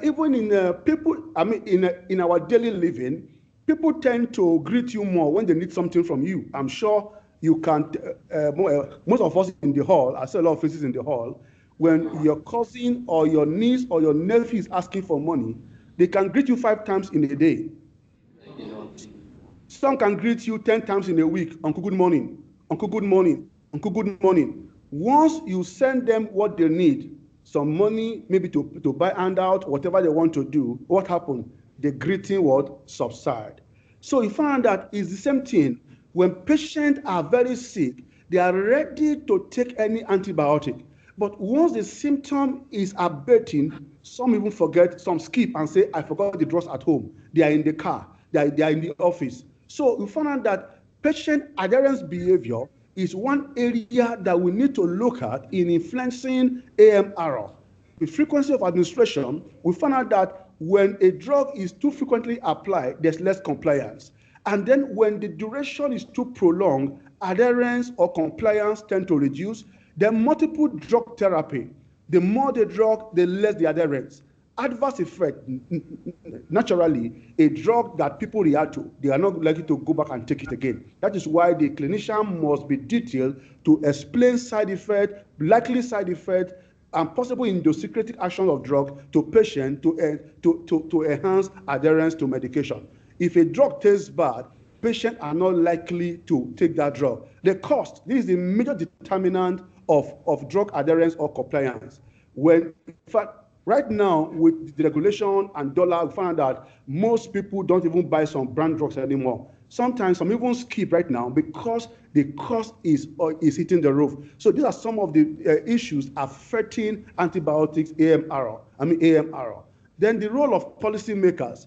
Then the pharmaceuticals have a great role to play. I know that pharmacy is expensive. Research is expensive. Like the first speaker mentioned, it takes millions of dollars to get one brand of drug in the market. And studies have shown that in the last 10 years, the amount of new antimicrobials have reduced drastically. Less than 3 antibiotics are being developed in 3 years because of the cost implication. So the pharmaceutical people oftentimes, because of the money spent in developing a drug, they want to recoup it. So they tend to turn the other eye to wrong use of their product. Then environmental programs in place. This is where the role of the government come in place. The role, like in Nigeria, we have National Environmental Standard and Regulations Enforcement Agency, NESRA. Oftentimes, these bodies are concerned with oil spillage and other things. But beyond this, there's a need for them to also look at how our drug disposed, the leftover, unused antibiotic, expired antibiotics, because we all know very well that studies have shown that even drugs that are expired still have some measure of potency. So how are they disposed in the environment? Are they incinerated? Are they dumped in the toilet? Are they dumped in the waterways? Because eventually they find their way into the soil and sometimes into the food chain of man. Then industrial waste. ASU, NASU, NUC, research organizations, what are our policies to waste management? Livestock industry, or agriculture, they have a role to play because AMR is not just about human medicine. The vet part of AMR is very crucial. And that's why we are hoping that the livestock ministry will look at how, because of the fear of loss, people want profit. People overuse antibiotics in the animals, even though it's a viral disease. And all these are going to lead to AMR. So we need to look at all these pieces, the patient, the provider, and also the policymakers to see that behavior towards prescription are all looked into. Now we now look at what is the way forward. What should we do in this matter? How do we address this matter? There has to be rational antimicrobial use. It's critical in combating resistance and ensuring effective treatment outcome. By rational, we mean that antibiotic that must be used must be used. If there's no need for antibiotic, clinicians must avoid peer pressure, must also avoid pressure from society to perform. Now, by adhering to principles of accurate diagnosis, targeted antimicrobial selection, optimal dosing, and ongoing monitoring are crucial for prescribers so that they can mitigate the risk associated with antimicrobial resistance. Also, implementing antimicrobial stewardship program and promoting responsible prescribing practice will safeguard the efficacy of these life-saving medications for future generations. She mentioned chloroquine coming back. It was done purposely to see that there's no resistance to save for future generation. A few days ago, a colleague of mine in the theater, they had 3 cases of typhoid perforation. And that is the area we are looking into. They had, in one single night, they had 3 cases of typhoid perforation that needed laparotomy and anastomosis of the perforated gut. The issue is that many a time, because of poor diagnosis, people just go to the chemist because of cost again, go to the chemist, buy drugs, buy tetracycline. If it doesn't work, you buy Flagy. If it doesn't work, you buy chlorphenicol. If it doesn't work, you come to buy amoxil. If it doesn't work, by the time they go around, there's resistance. And then you now find that salmonella grow resistance, and then eventually they now come down to hospital, you are diagnosing perforation. Why? Because the proper thing was never done ab initio. So there's a need to safeguard, there's a need to protect the diagnosis. Like Madam mentioned, the use of WIDA, or just, in fact, most cases in hospitals, you either have malaria or you have typhoid. Not knowing that it has to be serial titer increase or stool MCS for salmonella isolation. So these are the areas that we need to actually enforce and implement stewardship program. Then patient education on awareness and the danger, which we are doing now. We are hoping that after this meeting, we shall all go back to our respective space of influence to see that AMRO is promoted. And then there's a need for enforcement of environmental programs. We need to know how are antibiotics on use one disposed? How are people disposing the one that expired in their stock? Do they just dump them at the dump site? Are they incinerated? And what is the current strategy to actually protect, to actually destroy unused antibiotics from getting into the food chain of man? And in conclusion, next slide. In conclusion, AMRO has been recognized as a global health threat. The WHO is among the first 10 threats that have been identified in global health threat or global health security threat. It means that every stakeholder should be involved by being responsible in his own space. That means the doctor, the agriculturist, the animal farmer, everybody should know that it's not every time your animals are sick that you give antibiotics. Some viral infection, most viral infections are self-limiting. Then there's a need for balanced interaction and interplay of forces of supply and demand that they are crucial in both animal, human, and environmental dynamics, meaning that while trying to save the environment, we must do everything within our power to see that gain, profiteering, does not mask our desire for a healthy environment. And again, in order to push forward, we need to stop the blame game, meaning that all stakeholders must work together. In the words of Dr. Carnegie, he said that the work will always go far when no one cares who takes the glory. The time has come, as the aligning with the opening, with the keynote address, for all stakeholders to work together to see that antibiotics are used or prescribed and used accurately. When you do your bit, I do my bit. If 1 million do their bit in 1 million places, it means that we are likely to reduce mortality by 1 million. So I wish all of us a happy deliberation as we continue.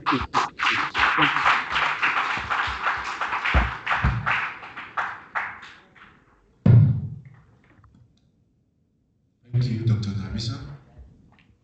Thank you, sir. If you have questions, you can still start jotting them down, please, and pass across so that during the burnout discussion it will be addressed. Dr. Mangwa, you're welcome. Thank you. Next is our guest speaker tree, Dr. Rolaya T. Emmanuel, Acting Project Officer, Pan-African Tsetse Antimicrobial Eradication Campaign in Nigeria. You're welcome, ma'am.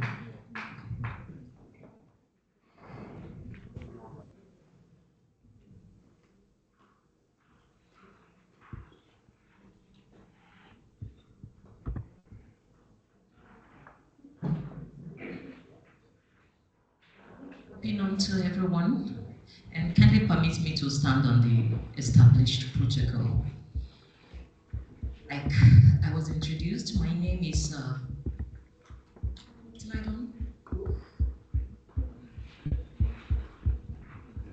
my name is Rolaya Emmanuel. I'll be speaking on the economic burden of antimicrobial resistance with her global perspective. Economic factor.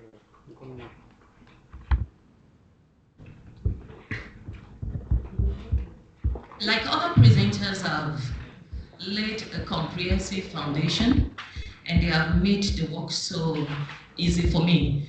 So the presentation is going to be easy peasy because we have what we need to know, and I wouldn't speak things. Like it has been said that AMR means when a drug is no longer killing the organism it kills before, or the organisms are no longer dying in the presence of the drug that has been killing them before. That's the layman interpretation. This actually threatens the effectiveness of antibiotics, making common infections difficult to treat. It also complicates surgery, like it has been said by the first presenter, because we have these post-operative antibiotics that are being administered, and that has stopped so many people from recovering, so many wounds from healing. We also have the infectious disease treatment being hampered. For example, human African trypanosomiasis before now was having issues of drug resistance until CEBBIDOH came. It wasn't only facing resistance, it was also facing toxicity, which is worse than the symptoms of the disease itself. It makes common infection, I've said that. It also affects organ transplantation because you have to suppress the immune system of the recipient of the organ. And when the antibiotics are not working, they are prone to infections because of lowered immune system, and that affects organ transplantation as well. It frustrates efforts to achieve universal health coverage. No matter how hard we try, we find it difficult to achieve this coverage. Here I have a brief of what has been said before by the second presenter, and she touched that currently we have over 4 million people dead because of AMR, and I also have the WHO statistics here, which says over 700,000 people die due to AMR every year. And by 2050, we have about 10 million people dying in a year. It also tells us that about $3 trillion has been lost due to AMR annually. And by 2050, we'll be losing $100 trillion annually to AMR if we don't do anything about it.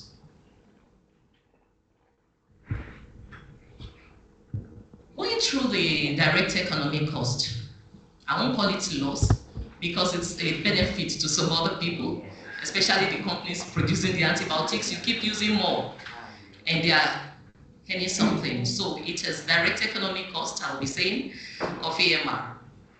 The increased morbidity and mortality and treatment failures affects people. One, it causes them to stay longer in the hospital. You keep treating people, they are there on the sick bed, they can't go home. That causes them to spend more because they pay per night for the hospital bed.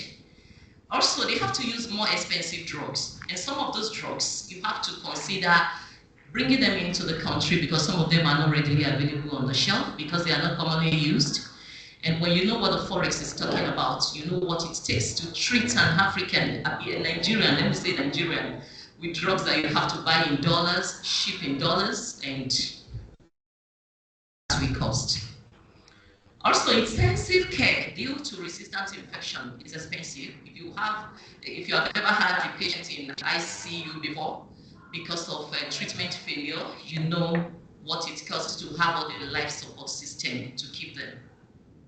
Indirect cost. There are lots of productivity. For example, workers are able to go to work, or resulting in reduced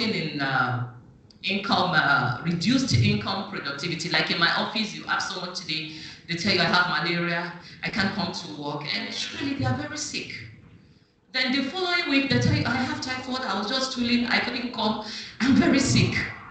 Then you have someone, I have this catarrh, it has not been responding to treatment, I don't know what to do.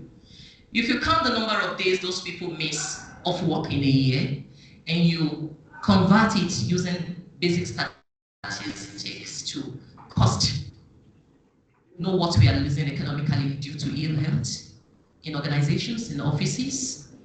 Then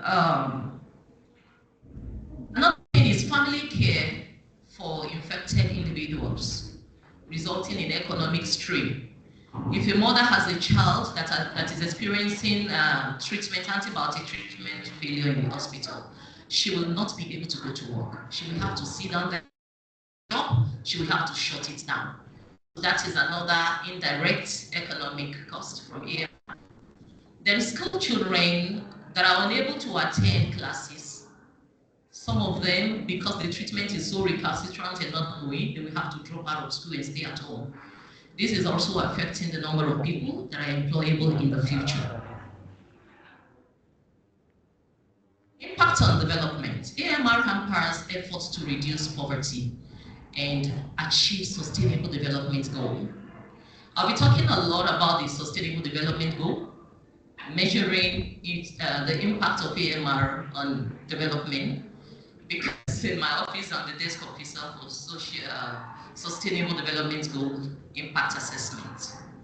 So we have found out that everything that happens in and around us is one way or the other linked to the sustainable development goals. It's quite encompassing and it cuts through different ramifications of our daily experiences and our activities.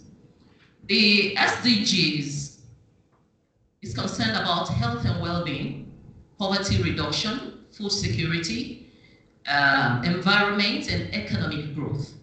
So when you look at AMR, from the views of the previous presenters, there is so much impact on health and well-being. There is also so much impact on poverty reduction, because when you're paying more in the hospital than using the money to feed or to send the children to school or build affordable houses, that is, poverty has come to stay because AMR is taking a lot of money. Now, when we look at food security, there are some things that you consume that are not safe for you because of AMR. For example, if you're good at eating shawarma made from improperly prepared vegetables, you might be picking some of the microbes coming from the dung of infected animals. Because when these animals are infected, they pass some of these microbes along with their dungs, and we are fond of using it as fertilizers without treating them. There are ways of treating them to make them safe for farm use. So some of this food will no longer be safe. If you like the coleslaw, you go to parties, if they've not given you coleslaw, you are not comfortable, they've not treated you well. They're actually doing you some good because you don't know how to prepare it. I don't eat that outside. Then when we look at the aspect of treating an animal with antibiotics, there are withdrawal period when you shouldn't slaughter the animal or sell products from that animal. And you know, our people in the village, they don't know that. They can be treating a cow with antibiotic, and then they take it to the markets the following day and slaughter it, and residue of this comes to us. And because at that time, I don't have need for the antibiotics, I tend to be, let me say, a probable organism to encourage antibiotic resistance because of the little doses that are coming from the either milk that I've consumed or the manchano I've used on my bread coming from the animal milk, or even from the protein. I would also like to say that using the United Nations Pentacles, there are 6 out of 17 SDGs that are directly linked to AMR. And these linkages has a lot to do with the interconnection with One Health. The last speaker spoke a lot about One Health. Do we have any veterinarian in the house, please?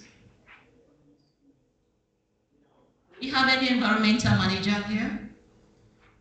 Medical doctors? And we have pharmacists, we have microbiologists. So we are like standing on one leg. We are a table standing on one leg. This forum is a table standing on one leg. Because when we want to look at One Health, we are supposed to have the veterinarians here, because about 60% of the zoonotic infections comes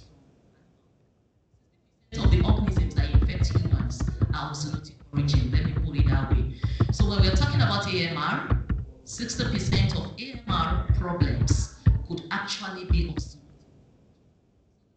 Veterinarians should be invited, please. And also love to be. When we talk about the environmentalist or environmental managers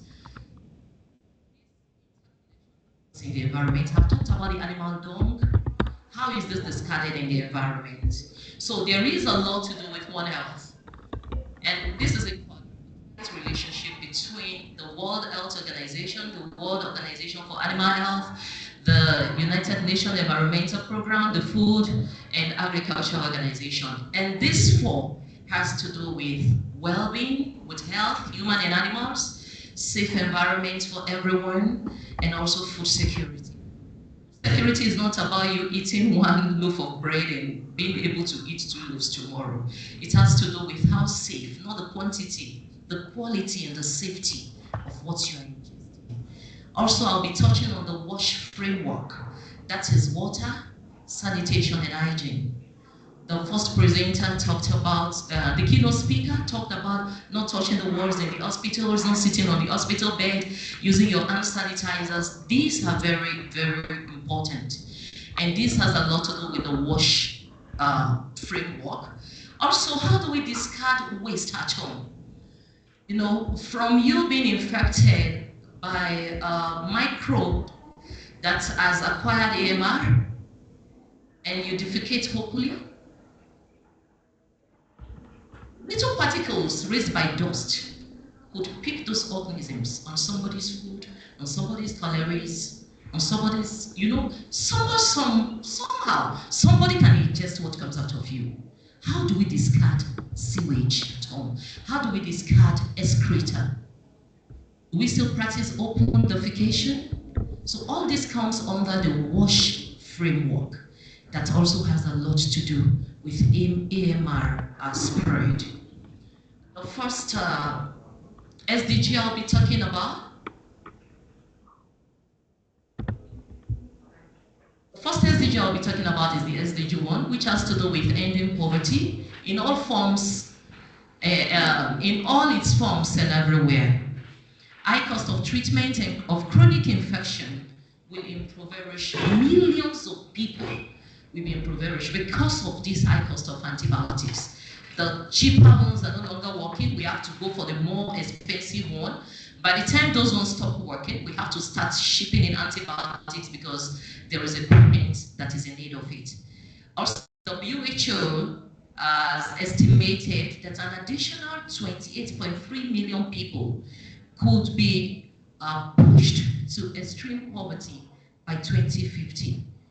So that means people living in low and medium income countries might rise to up to 28.3 million by 2050 that will be pushed into poverty because of high cost of combating antimicrobial resistance, or because they are sick, they are on the bed, because they dropped out of school, because they dropped out of businesses as a result of infections that are preventable or either curable. Next is the SDG 2, which talks about ending hunger. I've already talked about food security, and I would like to look at the perspective of livestock production in low-income countries, which will decline by a possible 11% loss by 2050. So if a farmer has been having 100 cows in a month, this means it will be reduced to 89 by 2050. So 11% is gone. And why is this happening? Because of AMR. It's become so difficult to treat their animals. They can no longer afford the cost, so they have to leave the animals to die. Especially for infections like animal trypanosomiasis, where if an animal is infected, apart from being emaciated, losing a lot of meat volume, which reduces its market value, the female can no longer produce milk as well, as much as they do before, which will affect the feeding of the calf, if at all they have one. And some of the pregnant animals will either miscarry or have stillbirth. So when you calculate all these losses, you will realize that food security is being hampered. That means we'll have lesser milk to consume. We have fewer kilos of meat coming to the market because the animals are sick. They are experiencing treatment failures. and they are emaciated. We're going to the third SDG. We talked about ensuring healthy lives and promote well-being at all ages. Also, this applies to animals because when I'm talking about human, as a One Health enthusiast, I talk about animal as well. So also, this has been spoken about extensively by the first, second, and third presenter. But I would still like to say that the universal health coverage is going to be unattainable if AMR keeps growing like this. Because in the rural areas, people can actually have access to, the appropriate diagnostic protocols, or they have this lack of medical personnel. So there is a lot of things going on the ground there that we don't know. Recently, we just found out that some communities in the southwest Nigeria has 40.28% of human African trypanosomiasis infection using the molecular protocol. So, and the WHO has already placed Nigeria on a zero-case country since 2012. So every door we've been knocking to have something to do with sleeping sickness has been possible because what WHO says is the right thing. And why is this happening? Because those people don't have the health facilities. When the doctor treats malaria, he treats typhoid, they screen for HIV, they see that nothing is wrong with them, they tell them it's the devil. Just go to one church, let them fire prayer, or take them to the mosque, let them do and do, or go and tie them on the tree, they must have committed an offense to the gods. So these are still happening in these villages. There are so many mad men we met in the village psychiatric homes that they were not mad. It's because they were in the second stage of human African trypanosomiasis and they were having neurological involvement in their symptoms. So this goes undetected in the rural areas. Any figure you see, any statistic you see on AMR is from the cities. So I would like to also say that we should go more to the remote rural areas. We should be committed to their well-being and make sure that the universal health coverage is attainable in these remote areas. The next one has to do with water. I've already talked about the wash, but I would like to touch the increased antibiotic use by humans and animals. It goes out with the sewages, with animal dung. It can be flushed into the streams. People can take it in the next village.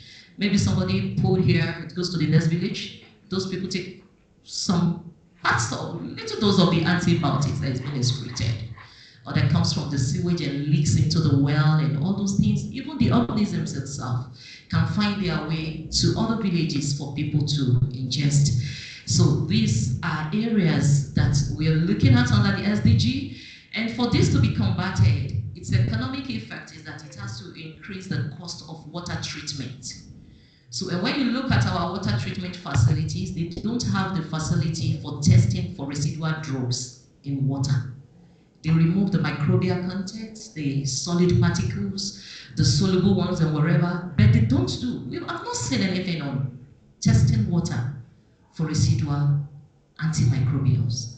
And that is very important because some of us get little doses of antibiotics when you take recycled water, unlike those taken the bowls. Next I have, here I have a 8 SDG, sustain, inclusive and sustainable economic growth.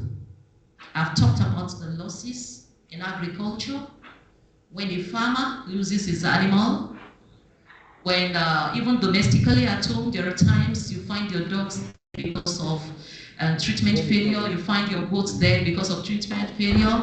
Many people have had huge loss in poultry keeping because of treatment failure.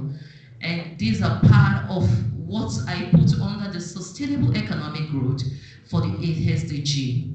This comes from increased mortality and morbidity from humans and animals. Like I said earlier, a sick person cannot open his or her shop. She will have to shut it down. If she's sick for a week or two, the family will have to bear that. If she's working in a place where you don't come today, your salary will be pro rata, and the days you were absent will be taken out of it, that is a loss to a family. So this lot cuts across all forms of sector, even to reduced labor supply, and then decreased global economic output says that 1 to 3% of reduced labor will be experienced by 2030 if nothing is done. And that reduction, that 1 to 3% reduction, is equivalent to 3.4 trillion US dollars.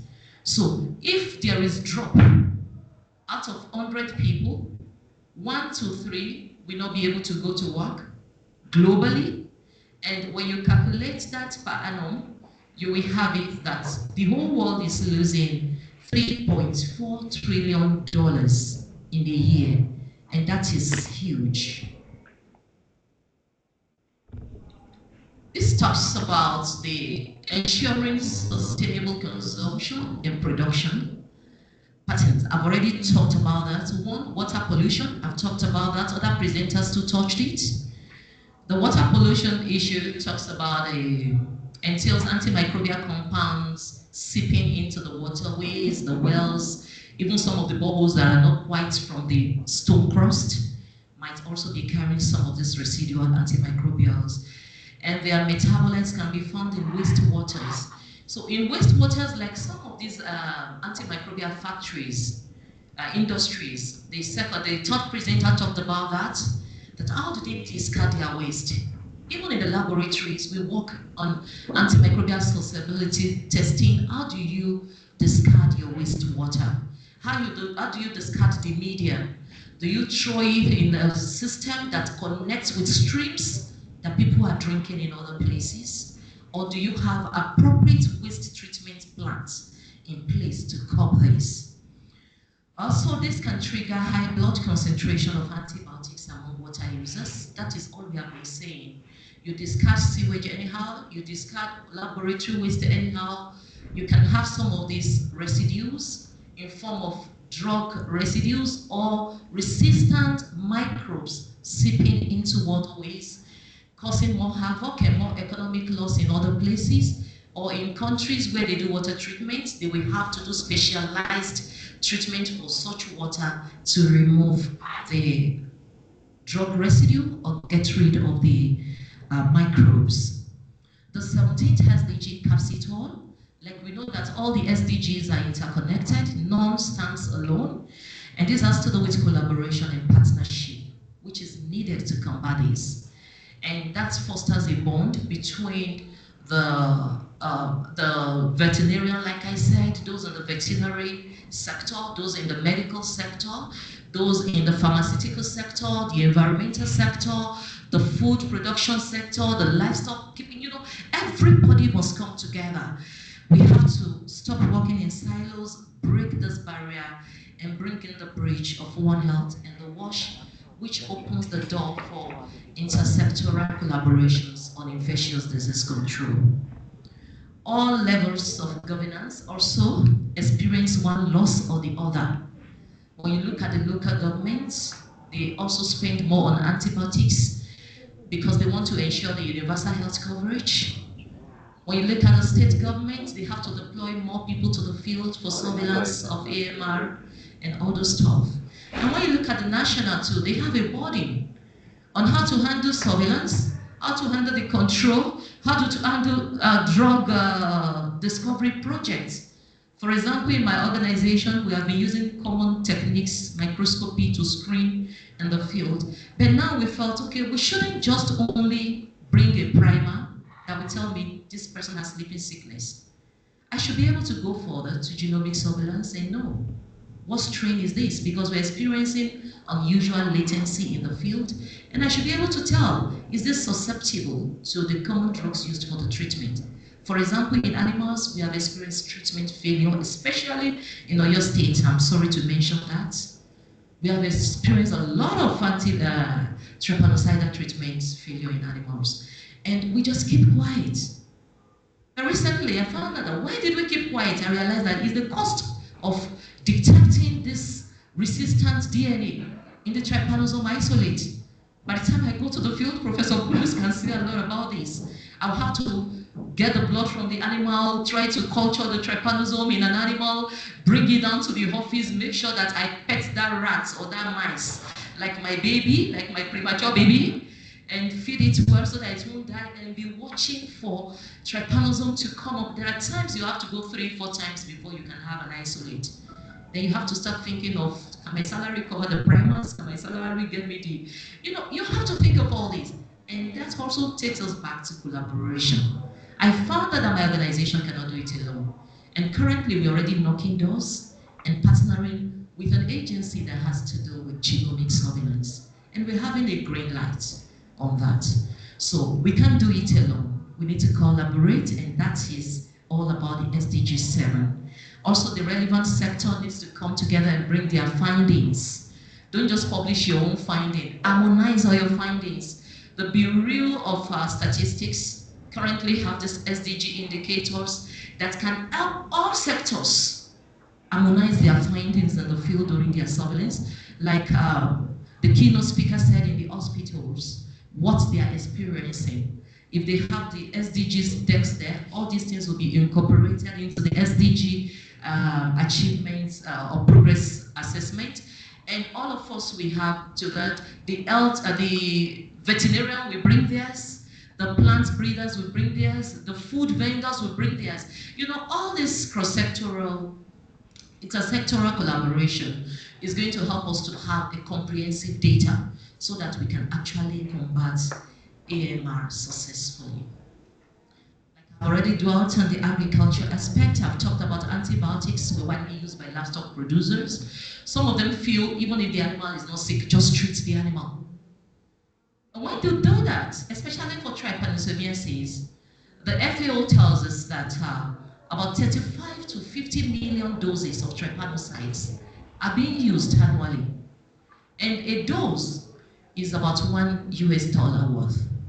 So imagine a farmer using about 100 doses in his farm. That will increase the cost of production of his animals, even though he doesn't need it.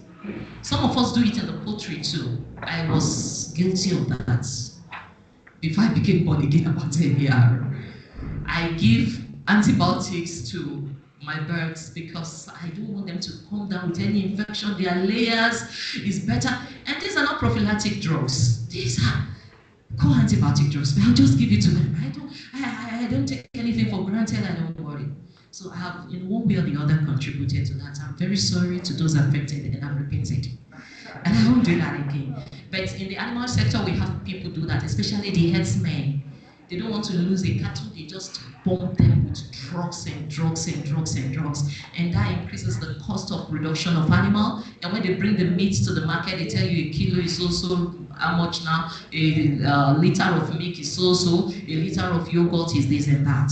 So this increases cost of production and also affects the growth of our economy. Food security, we've talked about that, and the economy are affected by reduced effectiveness of veterinary antibiotics and increased cost of production. We've spoken about that. The cost of controlling animal diseases may rise as antimicrobial treatment becomes less effective. So if before, like people already doing it in the field, if a farmer is supposed to use 1 ml per kg body weight of a cow, you will look at it, this thing not the work. He will just carry 5 ml per kg body weight and load.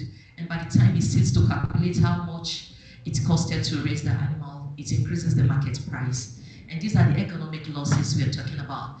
The money is supposed to use to send his children to school, the money is supposed to use to feed them, the money is supposed to use to build better housing. He will put it to care for his animal because he's trying to avoid infections, or because the animals are infected and he's finding it difficult to treat them easily. It's an economic loss. In conclusion, I would like to say we need to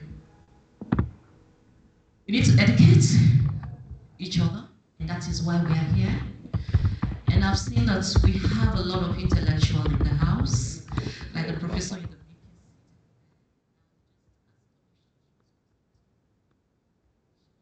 the to listen to. And we also have the keynote speaker with a lot of knowledgeable and insightful learnings I got from her. If we know this much, Why are we still having issues of EMR in the society? And that is because we haven't acted. We haven't put what we know into actions. We know so much. We have it in the head, we have it on the shelves, but we are not acting based on that. To round up, I would like to encourage us to act now, not tomorrow. Thank you so much for your attention.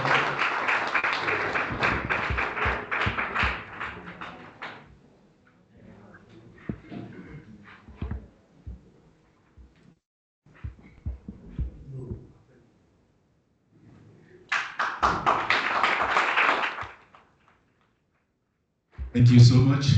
We're grateful. Thank you, all participants, for your patience. I'm sure we're having a great time together. We're all learning. Next is on our agenda is panel discussion and questions. We have further the provost of the college as well as the representative of the Vice Chancellor here with us, Professor J. And I also have with us Dr. Jimo Abdul Fatai, HOD Department of Pharmacology and Toxicology class. So, sir. Connection to camera no longer available. It's there. That was the selected. They say it's no longer available. It's supposed to be showing. Okay, let me go back. Go back. Good afternoon, ladies and gentlemen. Did I unplug and plug back? I believe we have all had a very pleasant and educative session. We've had 4 very knowledgeable speakers speak on the topic antimicrobial resistance and its various dimensions. The last one we took is the antimicrobial resistance and economic burden. We have also seen from the keynote speaker that opened the floor.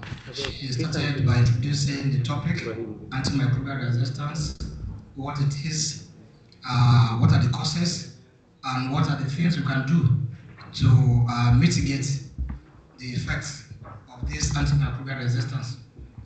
We all know that antimicrobial agents are probably one of the most widely used pharmaceuticals, drugs for all kinds of ailments, not just in Nigeria, but in the world over. And because of this, especially because of the misuse of these antimicrobial agents, either through prescription, through non-compliance, under usage of doses, and so many other factors, we have had to make do with the emergence of antimicrobial resistance. It is known today that the emergence of antimicrobial resistance is much, much faster than the development of newer antimicrobial agents. And this has posed a great challenge to healthcare practitioners worldwide. We have seen from the various speakers some of the strategies that we can use to reduce this antimicrobial resistance.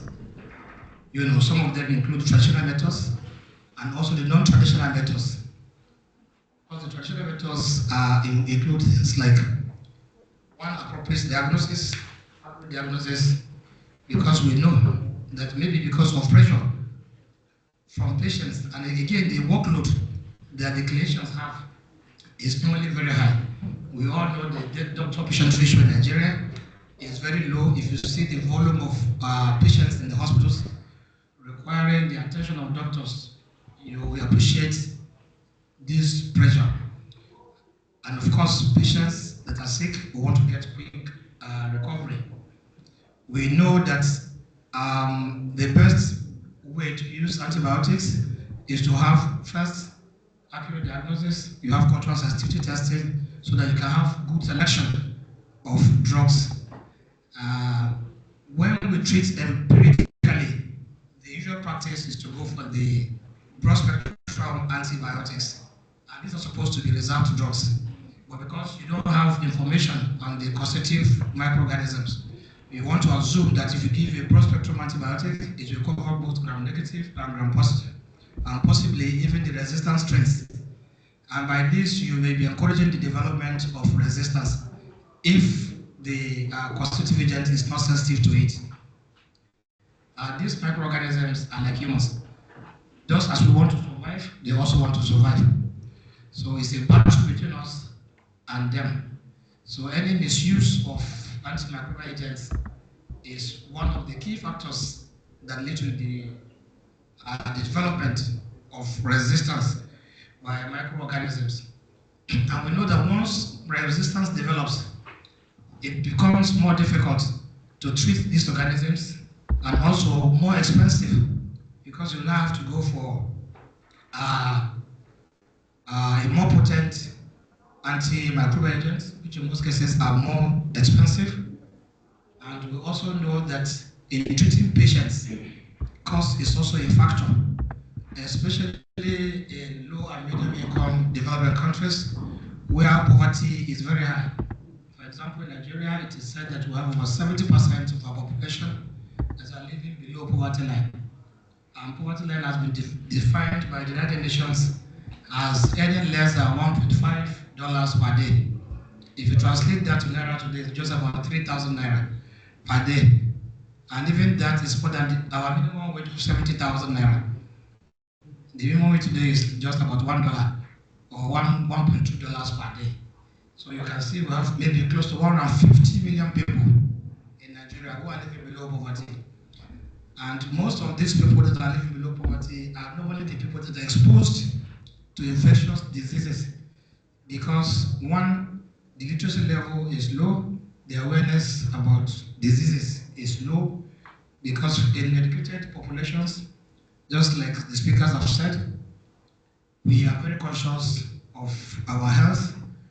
You know, maybe you go to the conveniences or you do anything, you try to clean your hands. You know, if you want to eat, you wash your hand. After going to the toilet, you wash your hand. Most times, anything you do, you try to keep proper hygiene and sanitation in your environment and even personal hygiene. So because of this, the incidence of infectious diseases tend to be more with those who are poorer and less educated. So this is an additional problem for developing countries. We really be taking around a lot of things. I will leave the floor open to questions and contributions to the topics we have had today. Thank you very much.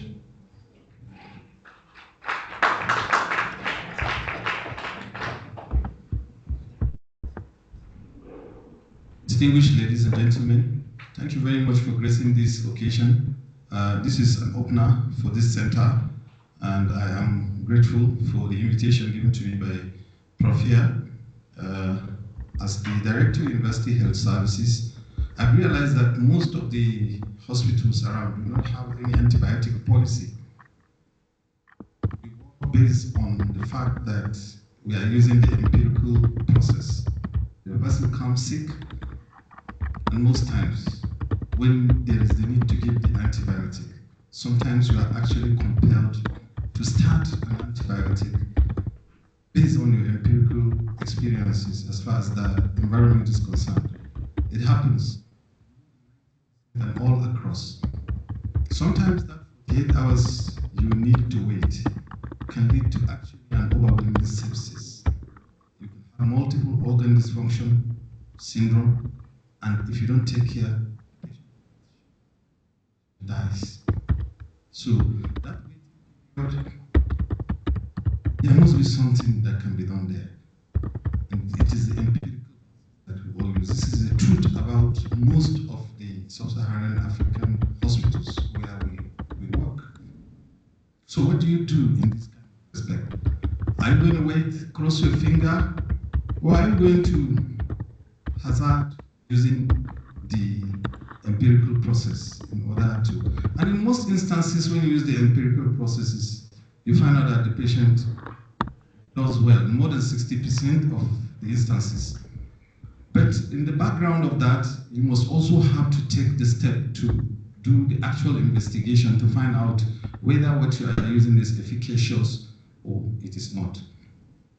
Another unfortunate thing in these kind of instances is that you have to use synergistic process for the use of the antibiotics. You have to use more than one antibiotic. In most instances, this is what happens. So that you can actually reverse the process that has started, stop what is not right, and continue with what is right. If in the first 24 hours you have a preliminary report or result that guides you. So while we are talking about this, we must also look at the environment where we are working. We are simple culture is a problem. To just take a culture. My colleague and sister, my classmate, was so mild on what a VIDA is. I usually educate my patients that such a test is as useless as what a market woman can interpret. So you can't come to me and ask us to start giving you.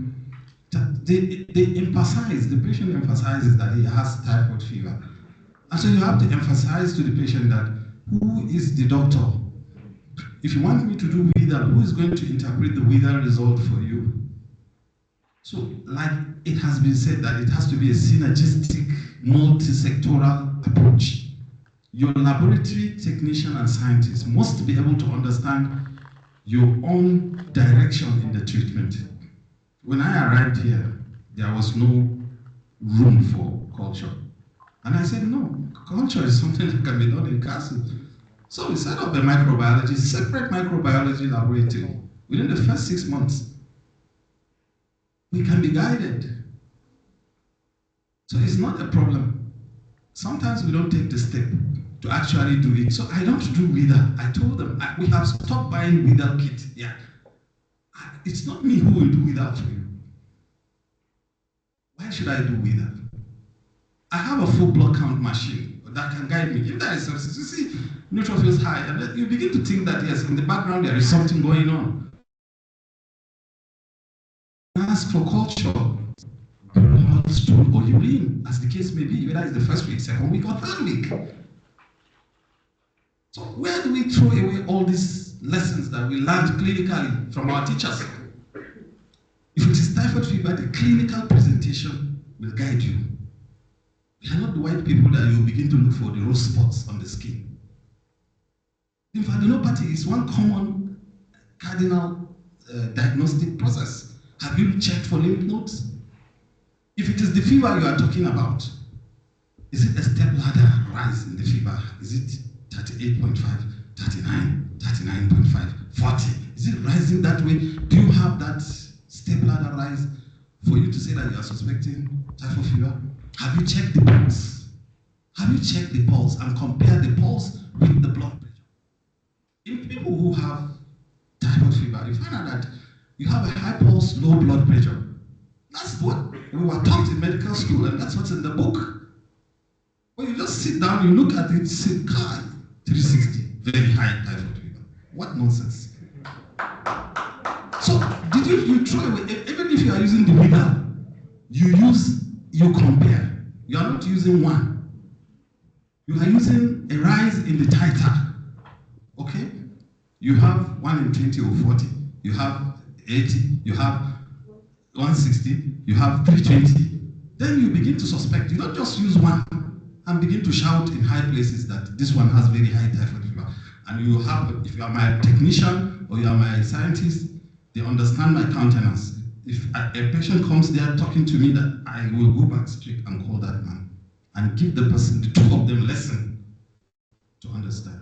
So we must stamp our own feet for us to be able to approach the issue of microbial resistance. So, however, the antimicrobial resistance that we're talking about has gone molecular. That is the fundamental basis of the approach for this. is molecular. Apart from what the second speaker was talking about, using the herbal processes, serendipitous processes, in case we are lucky. Okay, if it works, we try to find out what are those active agents, some of those herbs that we are using. So we have to go back to the forest. My friend, Professor Timothy, said that we have to reapproach our own herbal people in the bush to find out how they can help us with what they use for some of those things. And I think he's right, it's not wrong. One of the cardinal processes of development of drugs is the use of herbs. We have the recombinant DNA technology, the chemical synthesis, serendipity, etc., etc. All these processes. So it is good we are there. However, we need caution because we are at an era in which you have the use of these herbal medications being rampant in all angles of the country, everywhere, everywhere. Okay. So I had a teacher, and I'll forever remember that my teacher, late Professor Laszlo Egler, who said,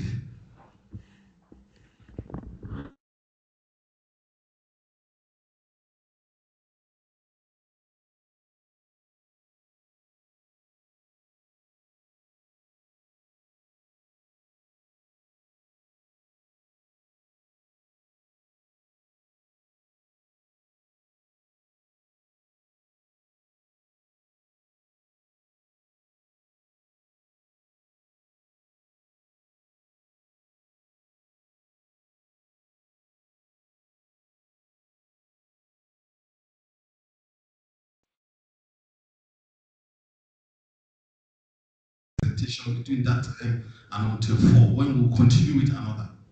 And believe you me, today he has said it that time, that this class is exceptional in all the classes that he has taught, and that this class is going to stand out. Yes, of course, we stood out. The person that made the diagnosis for the monkeypox was the person that was coordinating those presentations that we were having, Professor Dime, standing today as the provost of a college of medicine in the Southeast. So he said that the offering of those genetic materials are by the microbe. He passes it on. Whether they like to take or not, it's there for them to take. And they don't hesitate to take. All the processes of recombinant DNA technology that we are using, CRPS, blah, blah, blah, blah, blah, the microbe has it. As small as it is, it has that genetic potential to cut out and excise and then take up. We have the prions, we have the exons, we have them. These are what do you call it? The DNA, just small segments of DNA materials that are capable of existing alone. And if unfortunately they are that segment of the DNA that is carrying the resistance segment existing and it intercalates into another, then it shoots it up. So all the processes must have to be molecular as well as the non-traditional, but traditional and non-traditional processes must come together. People from all walks of life, whether you are a lab scientist or a cleaner, you are very important in this aspect. The pharmacist, I must say, must stand strong on this issue. Because of the level of poverty that we have, people living at less than $1, you find out that people will go to pharmacy first before they go to see any health worker. Straight on to the pharmacy or to the patent drug shop. And there they will tell the person selling that these are my problems. Of course he will sell. That's why he's there. He will turn behind him and pick something and tell him, use this. How many days am I going to use it? So. And he takes it. So there must be regulation. The Pharmaceutical Council, one day I found out in the market, they were locking up all shops. Why? Because those people have not paid their dues. But is it about dues or about the practice? People who have not gone to primary school sell drugs.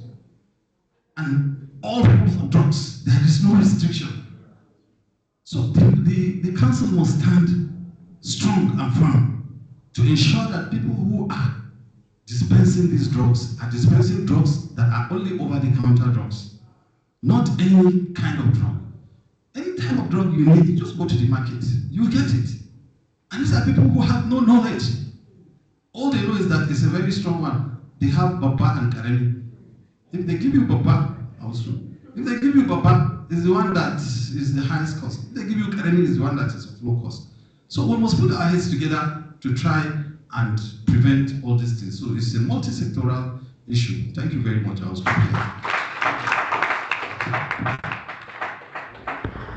Sorry, good day everyone. I'm standing in for the university librarian who is attending the council meeting, Dr. Esther Gali. I want to appreciate the organizers of this event and the presenters that did physically and virtually. You did very well. Initially, when I came in, I said I was virtually going to spend like just 30 minutes and I'll walk away. Unfortunately, it didn't happen because I became so immersed in the presentation. The terminologies are strange to me, which I don't know because I'm an information scientist from my background. However, the problem is very familiar to me because I am a human being and I live in the society. I wanted to go, but I said, look, oh, this first presenter, did she come to my house before she started her presentation? I said, when they finish, I will attack this woman. They finished, the second one came. I said, this little baby, are you living with me? Are you my daughter? What do you know about me? It was like she's talking to me. And then the virtual presenter, the same thing, and even the last one. So I looked at it, I said, this is a very, very important presentation. I was just whispering to a professor next to me. I said, this is a program that should not just be within this vicinity or this college. It is something that should be ringing bell because this is fire on the mountain. I just come and sit down here and be speaking big English. That was what I told him. However, to be candid, I got to know more about this antimicrobial stewardship. And this is something that has been eaten deeply in the society. Sometimes we just sit down comfortably and we say, let me just take one medication. Like Dr. Umar is like my family, not like he's my family doctor. He treats my mom, who is about 100 years old now and more. The last time she was really down was in 2020. After he treated her during the lockdown, he told me, say, go, she will not be sick again, no. Just go and feed her. And I'm telling you, Mama is still strong today. And really, really strong. But there's one thing about medication when we talk about drugs. She has one small letter that is near her. She will just say, give me water, I want to take this. Mama, why do you want to take this? Let us go and see doctor. You just give me water. And if you don't give her, she go and get water, she just take and she will come and tell you that she's okay. I was like wondering, has she become a doctor of herself? So you see this kind of thing we are saying, a day will come that she will need the real medication and it will not work again, no. So Dr. Umar, be aware that one day will come and the medication might not work again. So once you collect it, before you know, she start gathering because she will send some people. She will be on phone with someone. You are not at home. She will call somebody on phone. Please, when you are coming to visit me, bring this and this. And those people, they are not educated like us. They'll just bring. And she can just tell somebody in the compound, buy this thing where you are coming from. I don't even know how she knows names of some things that she takes. So that's one thing I want to say. Then the statistics were so scary. Looking at the death rate, I was like wondering, could that be why so many people are dying? Could that be why we have so many orphans, widows, and people are losing their children? I was like just wondering. And then looking at the economic impact, how much are we losing? Someone that would have been alive to help us grow economically, and the person is gone. So it's also scary because I'm someone who works with statistics. People say sometimes they don't trust statistics. I do because that is what I can find. If you say it's not correct, okay, bring your own now. So what we have, we are working with, I said the statistics is so high, so scary that something needs to be done. This is a societal problem. This is a behavior that has been accepted. It has become like a culture, not even habit any longer.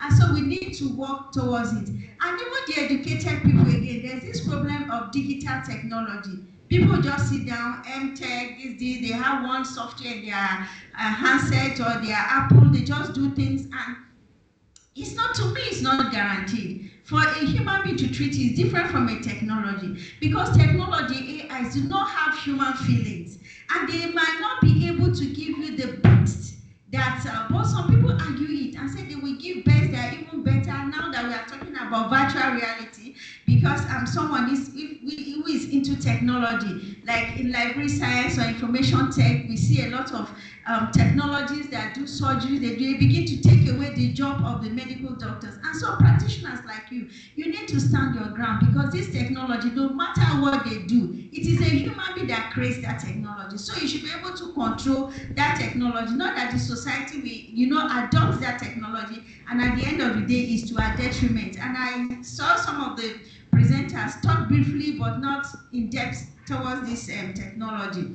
And so now, when we are talking about what's the difference between pharmacy and chemist, everywhere in the street you see somebody who just open one shop and they are calling the person doctor, they are calling the person pharmacy. The thing used to wonder, I used to wonder, with this presentation, I was wondering who has the authority, who has the audacity to even administer, prescribe, and even sell drugs. I know that when I was in Italy, I was not feeling so fine, and the area where I was, it is called Bari, and Bari, they are racist, and my boss, Professor Duccio, was afraid of me going to the hospital alone, even though I have the insurance and everything, because he said if you go there alone, someone is not careful, they might just say you have one disease, so before you know, you are dead. You know, these white people, they don't like whites to blacks to some extent. So he was following me kafa for medication. At the end of the day, he said, no, come. Then we now went to a place. It's a very big pharmacy, like how many story building is a pharmacy. Before they could give us medication, they check my international passport, they check his history, they check this, they check that, they check my university, they check the vitals, they check every website. To the extent before they could give me one tinini medication. Now, look at us here. Everybody will go and open chemists. See, you people should not laugh. Oh, it's a thing of cry here. I see medical people laughing. It's not funny. Me, I'm in the society, and I'm telling you from my own local thinking that this is what is killing us, because it is not funny. They might just give you anything, you collect and start going. And which is a restriction that once they give you a prescription sheet, you must go to a place that is, accepted also. So that thing is really eating deep. And to conclude, this program is very, very, very nice. We need to educate ourselves. We need to do it in a local way, because the English is too big for me. I wish they could use like pidgin English, simple words, bring technology to like demonstrate, demonstrate certain things. Go to the market square, go to the student IT park, go to church, go to mosques, tell people that this is what is happening. Because people just think that it's HIV, hepatitis, all this one that teach a BP. That's what they look at, diabetes. They don't know that there's something that is worse than all those big diseases that you are calling. So education is very important. Awareness, sensitization, and then advocacy. When you are talking that policies are not being made, what advocacies are you doing? Now you have to go talk to the people. You need to, like, it's just like a boyfriend looking for a girlfriend. You use sweet words to talk to the girl, to win her heart. These are things that medically you need to do. It's not all about a few of me, like my target is here. Everybody is into that area. Please, I would like this program to extend. And you can use student affairs in this university. You can use the university library, because we do a lot of sensitization and education activities to let people know about the danger of this that is eating deep. And please, when you want to do this presentation, use simple English and demonstrations that we can understand. I think it's because of my level of education that I was able to catch up, but some other persons might not be able to find it easy. So sorry, I would have loved to stay to the end, but however, I have a meeting by 2 and I would like to leave. So please, I'm very sorry. I love everything. Thank you.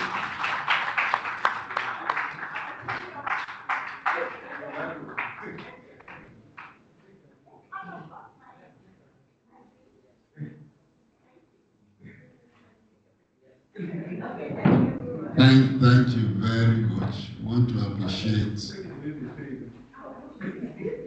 appreciate everybody for our patience. Sure, everybody that is here will understand that this problem is for all of us. Fortunately, I've been teaching this course for the last 40 years. I understand what it means. I understand what we're saying. Where's the director? Let's start from Kasu. Please sit down. I want to thank God the director of the University Health Services is there. One of the things I teach my students is that any hospital, let's say secondary, that does not have a laboratory is not qualified to prescribe antibiotics. The last thing I normally teach my students, I don't know if there are final year students, that's the course I took this semester, is no state, no hospital that should not have antibiotics policy. That's the last topic I teach them. And any hospital that does not have laboratory to do basic MCS, not prescribe antibiotics. Do we have laboratory now?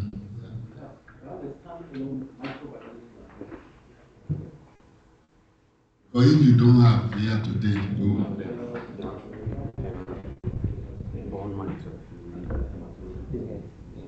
you see what the librarian said. There are laws in Nigeria, policies that control the usage, the distribution of antibiotics. But our major problem in this country is enforcement of the law. Not being enforced. And that's why you find antibiotics. Somebody selling cola nut, selling anything, says antibiotics. Another thing I want to touch on for the students that are here, I also tell my students, any set I teach, I say Nigerian politics seems to be the most lucrative profession. Now, if you want to become a politician in future, I plead with you, when you go to your village during holiday, just buy packets of pure water and ring bell. Let the villagers come and begin to tell them the evil of misuse of antibiotics. And after you have told them in your dialect, in the local language, give them one sachet of water. All of them will clap for you and you go. So in future, when you want to become a politician, they will know you. No, sincerely, is a big problem.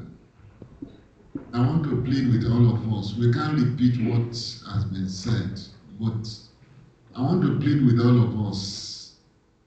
Let's find a way of carrying this gospel to our various sectors. In our family, I ask my students, how many of you have or use antibiotics? Raise your hand.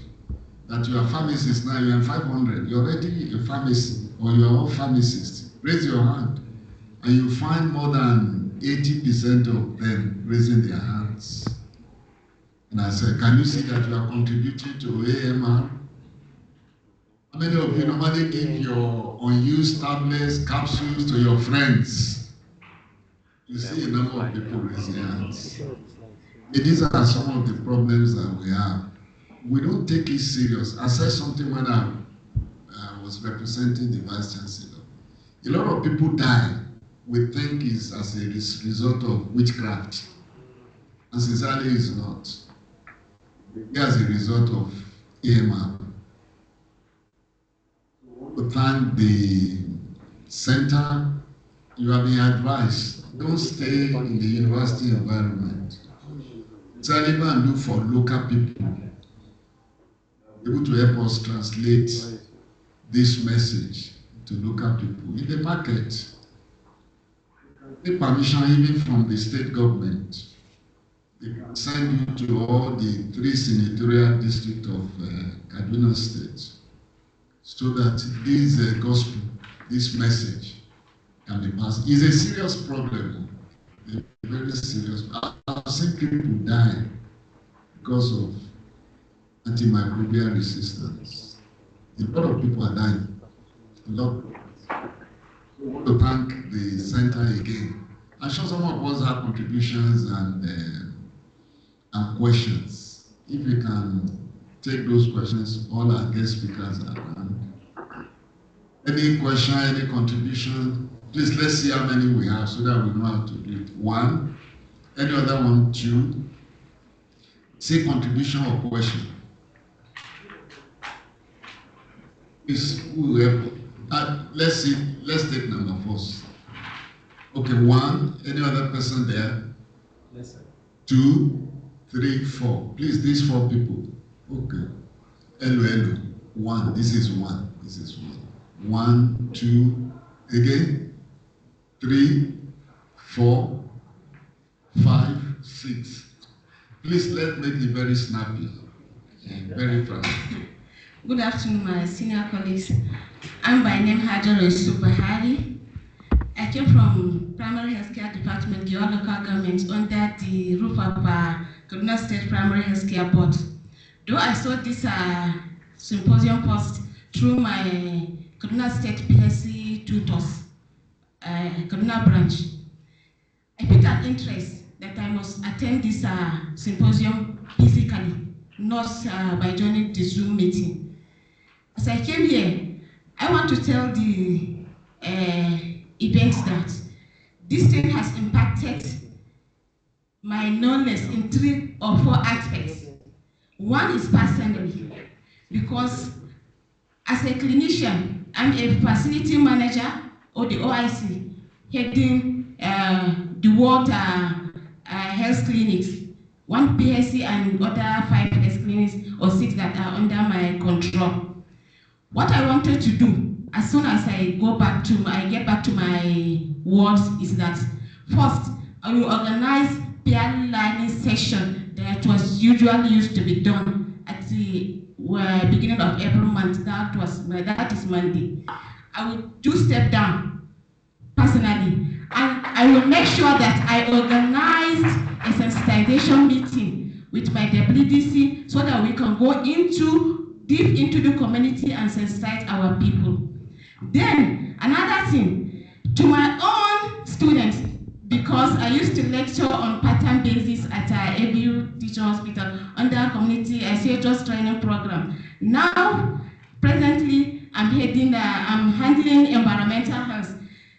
By hearing these presentations, actually it has gone beyond my own thinking that I must go and update my own lecture notes on environmental health so that I can impart more and more knowledge to my students. And additionally, I wanted to plead with the organizers, please, if it can happen personally, I will let my own phone number and my email address. If something like this could happen again, please let me be aware and let me.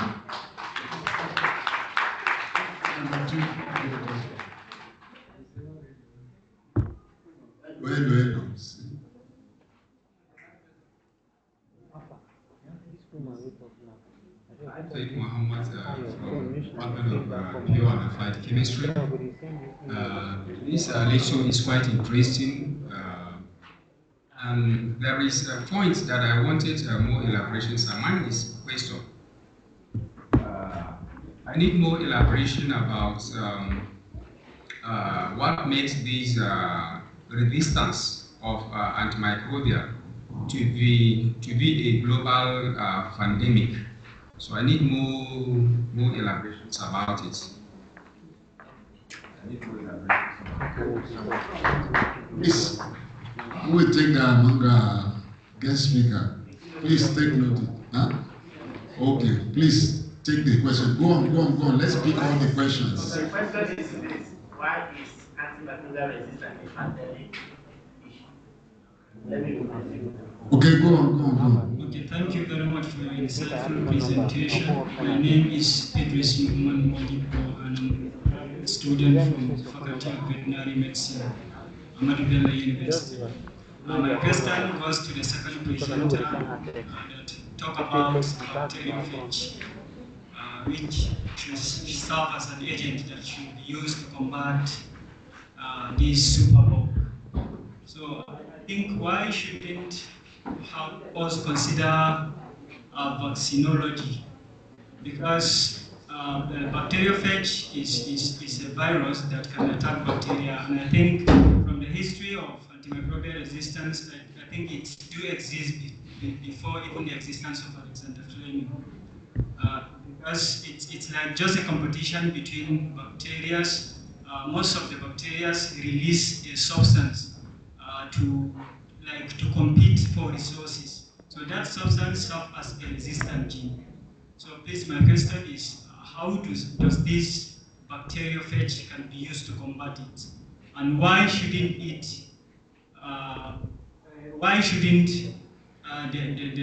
the issue be considered as vaccinology instead of bacteriophage?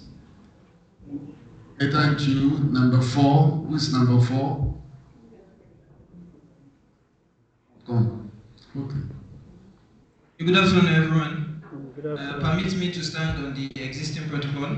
My name is Lukman Rabiu, and mine is just an addition, like a comment. So I just want to highlight a fact. Although we've all been talking about the importance of creating awareness about antimicrobial resistance, and we as students of Kaduna State University, we've started playing our roles and playing our parts in creating awareness. I can say, under the leadership of Zainab Bala, who is the antimicrobial resistant, we have an antimicrobial resistant club here in Kaduna State University, and our president is Zainab Bala. And under her leadership, we've been able to create awareness. The first awareness we created was at a primary health care in Angwarimi. So at that primary health care, we spoke at length. We created a broad awareness in regards to antimicrobial. We made the nurses to understand the dangers of antimicrobial resistance. The patients that were there, we also told them about antimicrobial resistance, and we played a very big role at that place. Then, I think a few weeks back, like last 2 weeks, we created another awareness at Angwarimi Market. And this awareness, we were able to talk to the shopkeepers, we talked to those people that came to purchase goods at the market, and we didn't only just English language, we were able to break it down to their own individual language. We spoke in Hausa, and that was the first time I heard that there's a Hausa word for antimicrobial resistance, and I know most of us here don't know it, but we were able to tell these market people, and they understood it. And to our surprise, it was the first time almost 90% of them were hearing about antimicrobial resistance. And we're also able to give them detergents as well, just to clean their environment, and just as like an incentive so that they could listen to us. Just as the prof said, that if you're able to gather people in your community and just give them something as little as pure water, they will listen to you and they will appreciate it. And we were really appreciated at that point. The last awareness we created was at, I think, this Rimi College School. So I can say, under the leadership of Zainab Bala, she has really impacted a lot in this, our own little community. And please, I want us to all give her a round of applause for her. Thank you. Number 5. Go. Good afternoon, everyone. My name is Umar Dalhatu from Department of Fuel and Applied Chemistry. I want to add something. MD said, I'm searching on Facebook now. I came across of this rampant health technology decision. Please, if there is any government here, please, I want him to highlight the government on this issue. He often health technology in Zaria with the microbiology lab. Now I've seen the picture is that with the microscope showing students like that. But I know the first thing that often this school, he only on a diploma, not even a national diploma, diploma. So please, this is a very, very dangerous thing. Please, I think that is the essence of gathering us here, to highlight what is happening. Please, if there is any government official, please, I want him to highlight the government, what is happening in this Kaduna. Thank you. The last question. Thank you, and good afternoon, all. I'm Dr. Yusuf from Department of Medical Microbiology. I'm at the University teaching hospital Zaria. What has been said, and I'm quite impressed with the organizers and the speakers, and a lot has been. I'm not going to repeat on that. However, my emphasis will be the recommendation to the organizers, just as you give it a wide circulation this time around to reach Zaria all the way. And maybe you can use other social media handles, just as you got from a WhatsApp platform to be here, and a lot of other means of publicizing this message. Because as Prof have said, and the other woman that left have emphasized, the problem is beyond the hospitals and the schools wall. It goes down into the community, and that's where the majority of the problem comes from. No matter what we do within the hospital, the problem is still there. So that wider circulation and getting, just as the antimicrobial club people are doing, is very good, and I will emphasize that you maintain that. In addition to what you are doing, apart from one-on-one visits, social media is now a very wider means of getting across to a lot of persons. Yes, you can use that and leverage on that advantage to educate people, because the menace have been set across by the speakers. It's what we see every day. As clinicians, we can't do it all alone. So I implore you on that too. The wider circulation in publicizing this, and look forward to such a gathering in the nearest region. Thank you very much.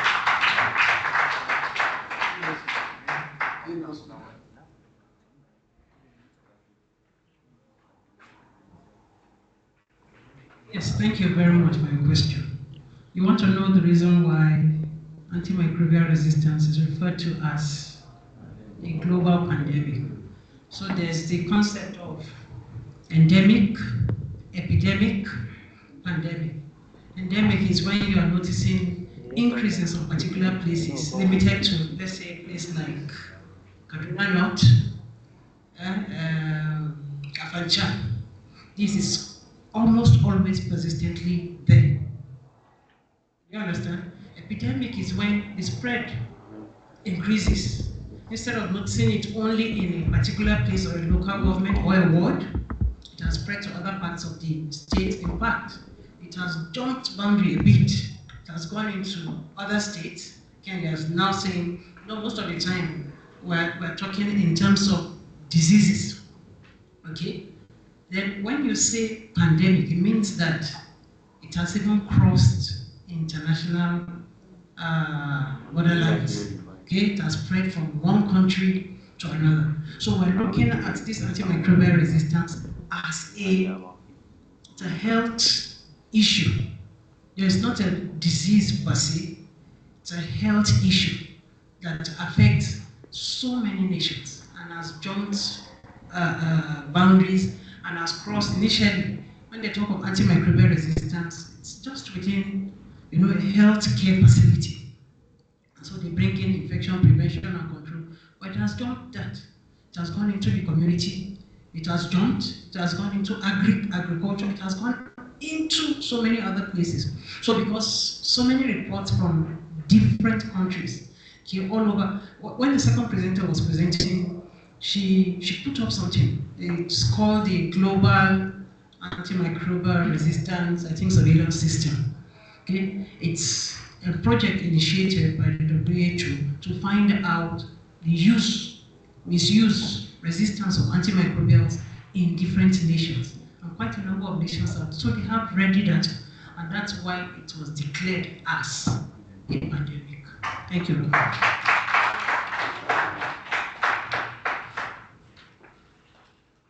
Good afternoon, everyone.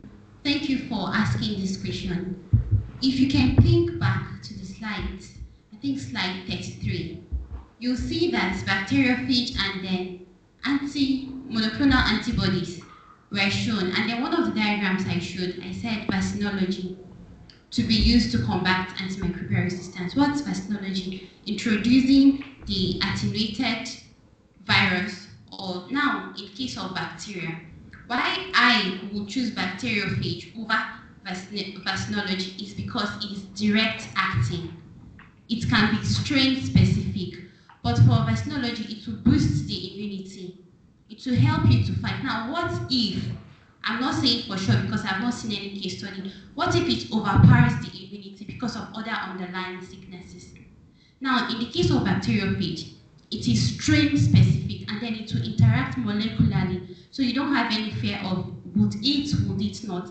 And I mentioned that bacteriophage is the only non-antibiotic strategy yet that actually kills. So if it kills, it will now be non-existent, and then the opportunity to spread will not be there.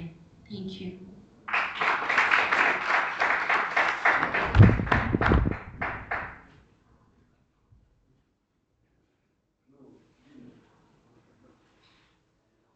Thank you very much for highlighting the problems, one of the major problems in the society that affect the quality and standards of production of health workers as well as service.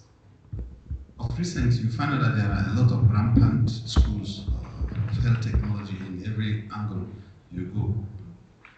This particular aspect of health technology institutions, you can be licensed, but it is resting under the coverage of the National Board for Technical Education.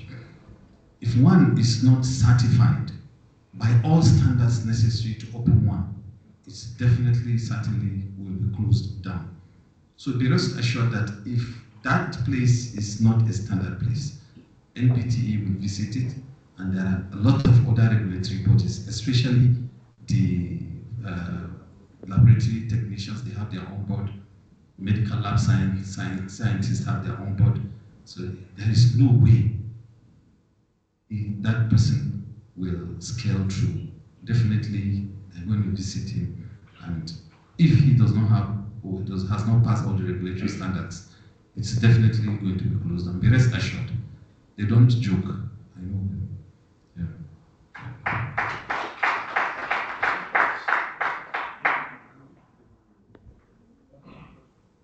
Okay, let me respond to the last question. We have a good publicity. As of this morning, using the first link that we created, over 150 were online. A lot of people joined from US.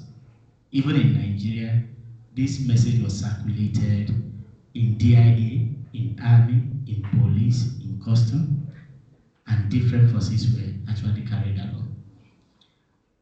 The governing board, it was quite unfortunate that the governing board of the university had their own meeting today, which the governor is involved, and they have to use the university link. So, and the university really has only one link. So we have to create a new link and start sharing. So thank God we had an hybrid meeting. So both physical and online. And while online also, we have over 72 thereabout participants. Who also, because I received calls from Sokoto, Ebonyi, Abuja, and different areas that they still want to participate. So we've done well, and I believe we'll do better. Thank you very much. Thank you. Our last speaker, Dr. Yusuf Samsudin, representing the HUD Medical Microbial Biology, ABU Teaching Hospitals area. You're welcome. We didn't recognize you. Now it's time for the AMR Club, Antimicrobial Resistance Club, right? Headed by pharmacist Zainab and Umar. It's your time now. This is not? Not yet a pharmacist.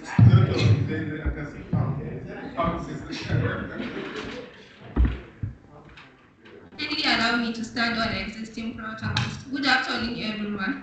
Good afternoon. I am by name Zainab Bala Umar, and I'm the president and the co-founder of the Antimicrobial Resistance Club here at Kaduna State University. The AMR Club was founded in 2024 by a team of passionate students from diverse backgrounds.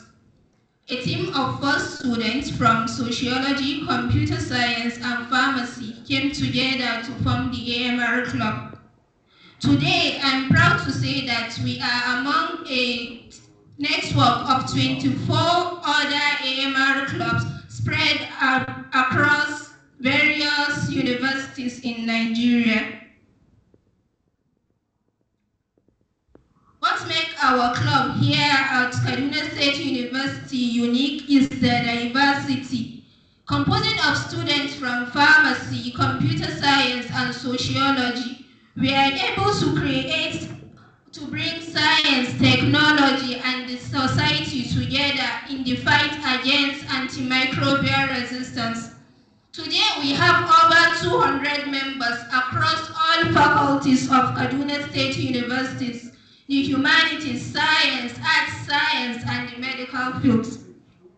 Our objectives include promoting awareness about antimicrobial resistance, empowering students on antimicrobial resistance and capacity building, and advocacy for antimicrobial stewardship. Our activities include door-to-door campaigns door-to-door campaigns and rallies, which we have done here in Kaduna State Universities and our communities. We have done market sensitization programs, meeting community members in their shops and shoppers in various markets in Kaduna State, explaining antimicrobial resistance in simple language which they can understand. We have also organized school outreach program where we have educated secondary school students on antimicrobial resistance.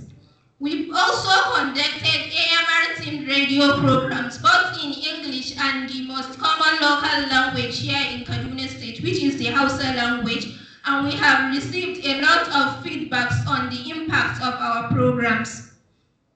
Also, we are involved in research around antimicrobial resistance. During our campaigns, we do assessment of knowledge and impact of AMR education, especially in hospitals, to hospital staffs, school children, marketers, and students here at Kaduna State Universities. We have also partnered and collaborated with organizations here in Kaduna State University, such as the Drug Abuse Club, the Center for Biosafety, Biosecurity, Infectious Diseases, and One Health, and also the Pharmaceutical Association of Nigerian Students.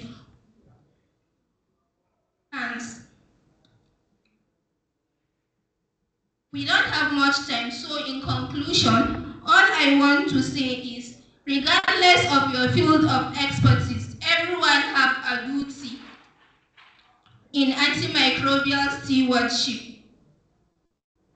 I encourage everyone to get involved, spread the word, share knowledge, and most importantly, be responsible with antibiotics. And also, it is very important that you support initiatives like ours. From these pictures, you can see some members of our club going door to door, market, meeting students at IT Park. This was for a sensitization program at Primary Health Care Center in Warimi, where we educated patients and caregivers about antimicrobial resistance. If you are passionate about global health, it is important that you join us in making a difference about antimicrobial resistance, one step at a time. Thank you, everyone. Thank you for this great opportunity. Thank you. Please, can you clap for them again? It's quite uncommon to see enthusiastic people, students, about the cause of antimicrobial resistance, and this should be encouraged. Please, can we clap for them again? I want to just give you a brief about our center and what we stand for. which is just executive summary because we are short of time. And after that, we will appreciate our presenters. You've done a nice job and should be celebrated. Please clap for yourself again. The most important thing is gratitude. If you don't thank people, who will thank them? So in CEBBIDOH, Center for Biosecurity, Biosafety, Infectious Disease and One Health, domiciled in Kaduna State University, next slide, was approved at the 139 Senate meeting of the Kaduna State University. Our objective is to advance science and health security through comprehensive education, innovation, and research, and practice application. Not just talking it, we practice it, take action, and respond to it. So, our vision is to be the best in the world and to be the leading in the world. And that is why we took the time to get the best to make the presentation. We went as far as getting the DIA, a representative of the Chief Defense Intelligence Agency of Nigeria, and we also have as part of our collaborators all sectors of life, in the hospital, in army, in force, military, intelligence, are all part of it. And that is why we take our time to make sure we want to save our integrity. Our safety is very important. Nigeria has over 200 porous borders. Who is doing what? What are you doing in your lab? We want to know. And for us to save Nigeria, we must save ourselves first. And so we start from that. Next slide, please. So having done this, we can only do this if we collaborate with you. Next slide. And so, if we work with you, if you are willing to work with us, then we can make the work easier. Next slide. And then, we believe that human forces interactions plays a lot of roles. And that is why we need you every blessed month. We do 1 or 2 programs in the 24 thematic areas of biosecurity, biosafety, infectious disease, applying One Health. And applying One Health, we talk about the environment, the animal, and the human, coming together to solve human problem. Because the next pandemic, who knows where it will start from? Analysis of monkeypox has already shown that Nigeria is a focal point for dissemination of this infectious disease. Analysis of COVID has shown that we have more variants that are becoming more resistant. Who knows when the next pandemic will come? How prepared are you? What are you supposed to do? Who is to take the lead? How safe is the environment? I went to microbiology department one day and I saw in a class 300 students in one class. And the professor was breathing with hand fan. And he was also teaching. I went to Arabic here. I saw a student across the gate. All over his body were pus. And he was in class. What is the possibility that one person cannot disseminate this infection in a class of 300? Contact tracing is one of the most risky things to do and very expensive. If you have done it before, you know what it takes. For me to mass soldiers into quarantine center this day, it wasn't a funny one. When you call people that you have been infected positive, they will even insult you. And the resources taken for you to even follow up. It's not funny. So what next? Do we continue to say we don't have resources to do what we're supposed to do?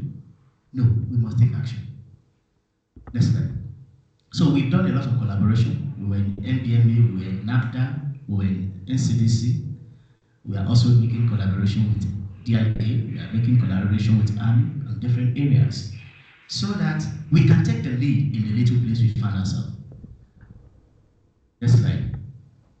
So we have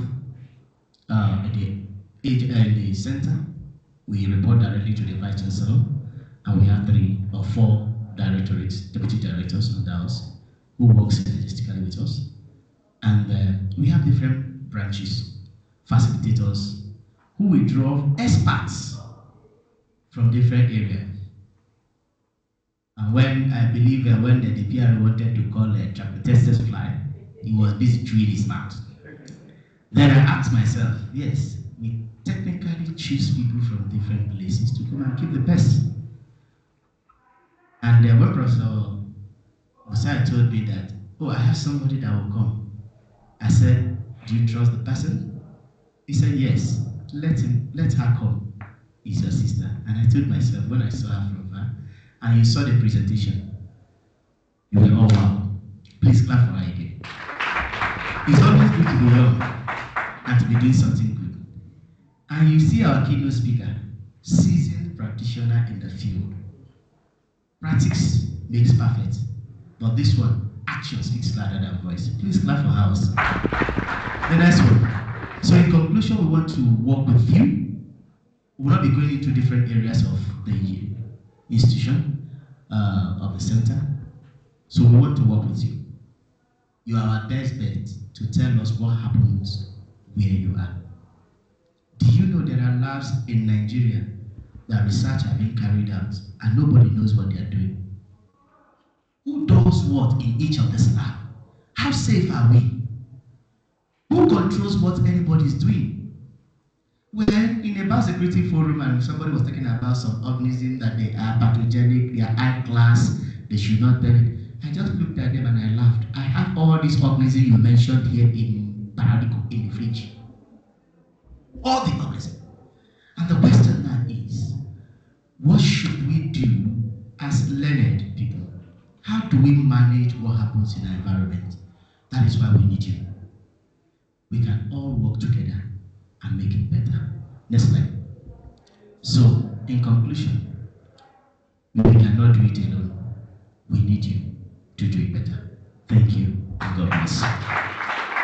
So, I will take the next one to appreciate our presenter, and I'll call the provost, the representative of the Vice Chancellor, to please come forward. Yes, Professor, you will stand to appreciate the keynote speaker. Please, the keynote speaker, please, can you please come forward? We have something to appreciate you with.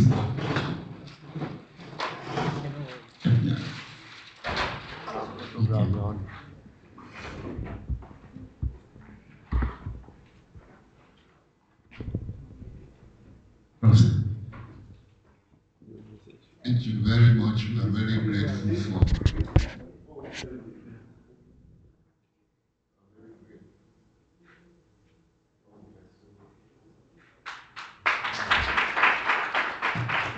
May I also call on the representative of Professor Busayo Olayinka to please come and receive on his behalf. The director, please come forward. You know, when you share something very well, everybody could collect. Oh yeah, please, you can read what is there. Kaduna State University, Kaduna Center for Biosecurity, Biosafety, Infectious Diseases and One Health presents this award of excellence to Professor Busayo Olayinka, to the representative of the professor, who has eruditely done very well. We are happy to have you around, and we appreciate the commitment of the professor toward this center. Thank you very much.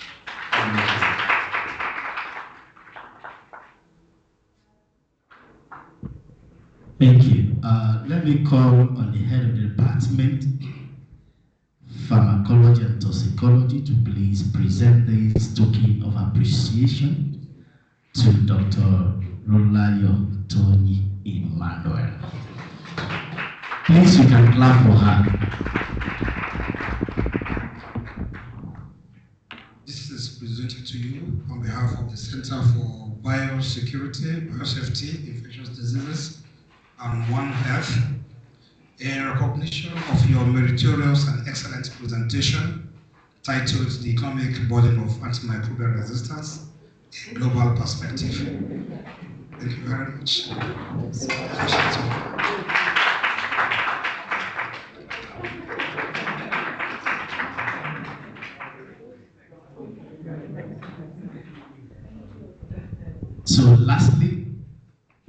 appreciate Dr. Damisa, the Director of Medical Defense Intelligence Agency, for its wonderful presentation. It's actually online. I will be receiving it on his behalf. Permit me to stand on and collect for him. Am I permitted? Yes, sir. Well, this award of excellence is presented to Dr. Levin Damisa in recognition of his meritorious and excellent presentation titled The Role of Human Behavior in the Spread of Antimicrobial Resistance at the CEBBIDOH Symposium themed Antimicrobial Resistance, a Global Health Pandemic and Silent Public Killer, held today, December 17, 2024, at this auditorium in Kaduna State University. On behalf of the center, I present this to you to take to Professor, to Dr. Levin Damisa, in our appreciation for his contribution. Thank you very much. See, the way I'm shaking as though I'm the one that is receiving it. So, may I hand over to you, sir? The vote of thanks? Our director, vote of thanks. I didn't want you, so I learned to say them. Okay. Well, ladies and gentlemen, the curtain has been drawn of this. Certainly, we have to appreciate each and every one of you. The Honorable Commissioner of Health, Kaduna State, who happens to be the chairperson of this occasion. The Vice Chancellor of our great university, Kaduna State University,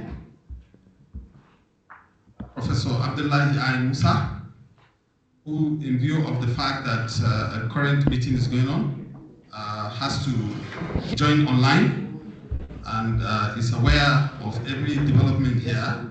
We appreciate our Vice Chancellor for enabling this symposium to take place. We also want to appreciate the DG, Chief Executive Officer, NCDC, ably represented by Dr. Igi Olufemi, the HOD Microbiology, Medical Microbiology, Kaduna State University.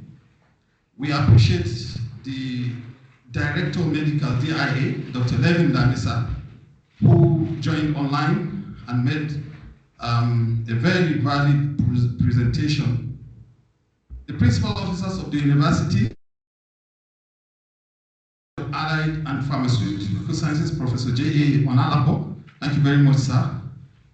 We appreciate the provost, deans, directors, including myself, head of unit and head of departments that have put hands together to ensure that this symposium is a success. Distinguished guests, esteemed speakers, particularly the head of pharmaceutical microbiology, represented ably by Ms. Precious Ezinne Nebo. We appreciate and thank you for your contributions. As well as Dr. Rolayo T. Emmanuel, Project Officer, African Trypanosomiasis Eradication Campaign in Nigeria. We appreciate you very well, ma. Thank you very much. Thank you for coming and thank you for the contributions that you have given. Honored participants, ladies and gentlemen, Antimicrobial Resistance Club, and everyone that has contributed toward the success of this. My able friend Adamu, I must also appreciate you for a job well done. As the anchor, we will not forget you.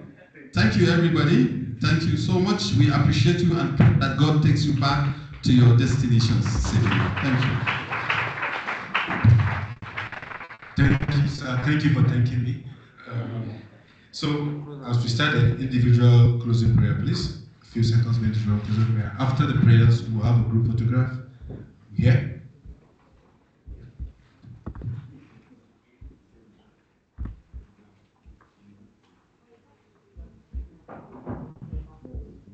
Amen. We'll start with our presenters and those on the high table for want of space. The photographer will arrange, please. The university photographer. Quickly. quickly.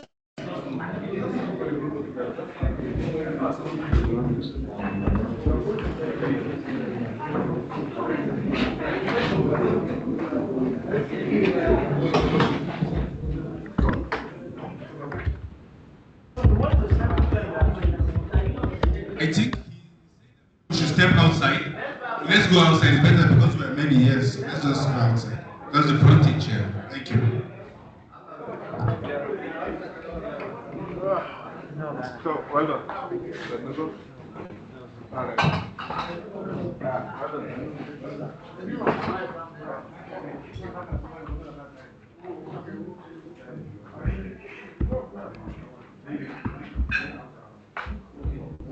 right.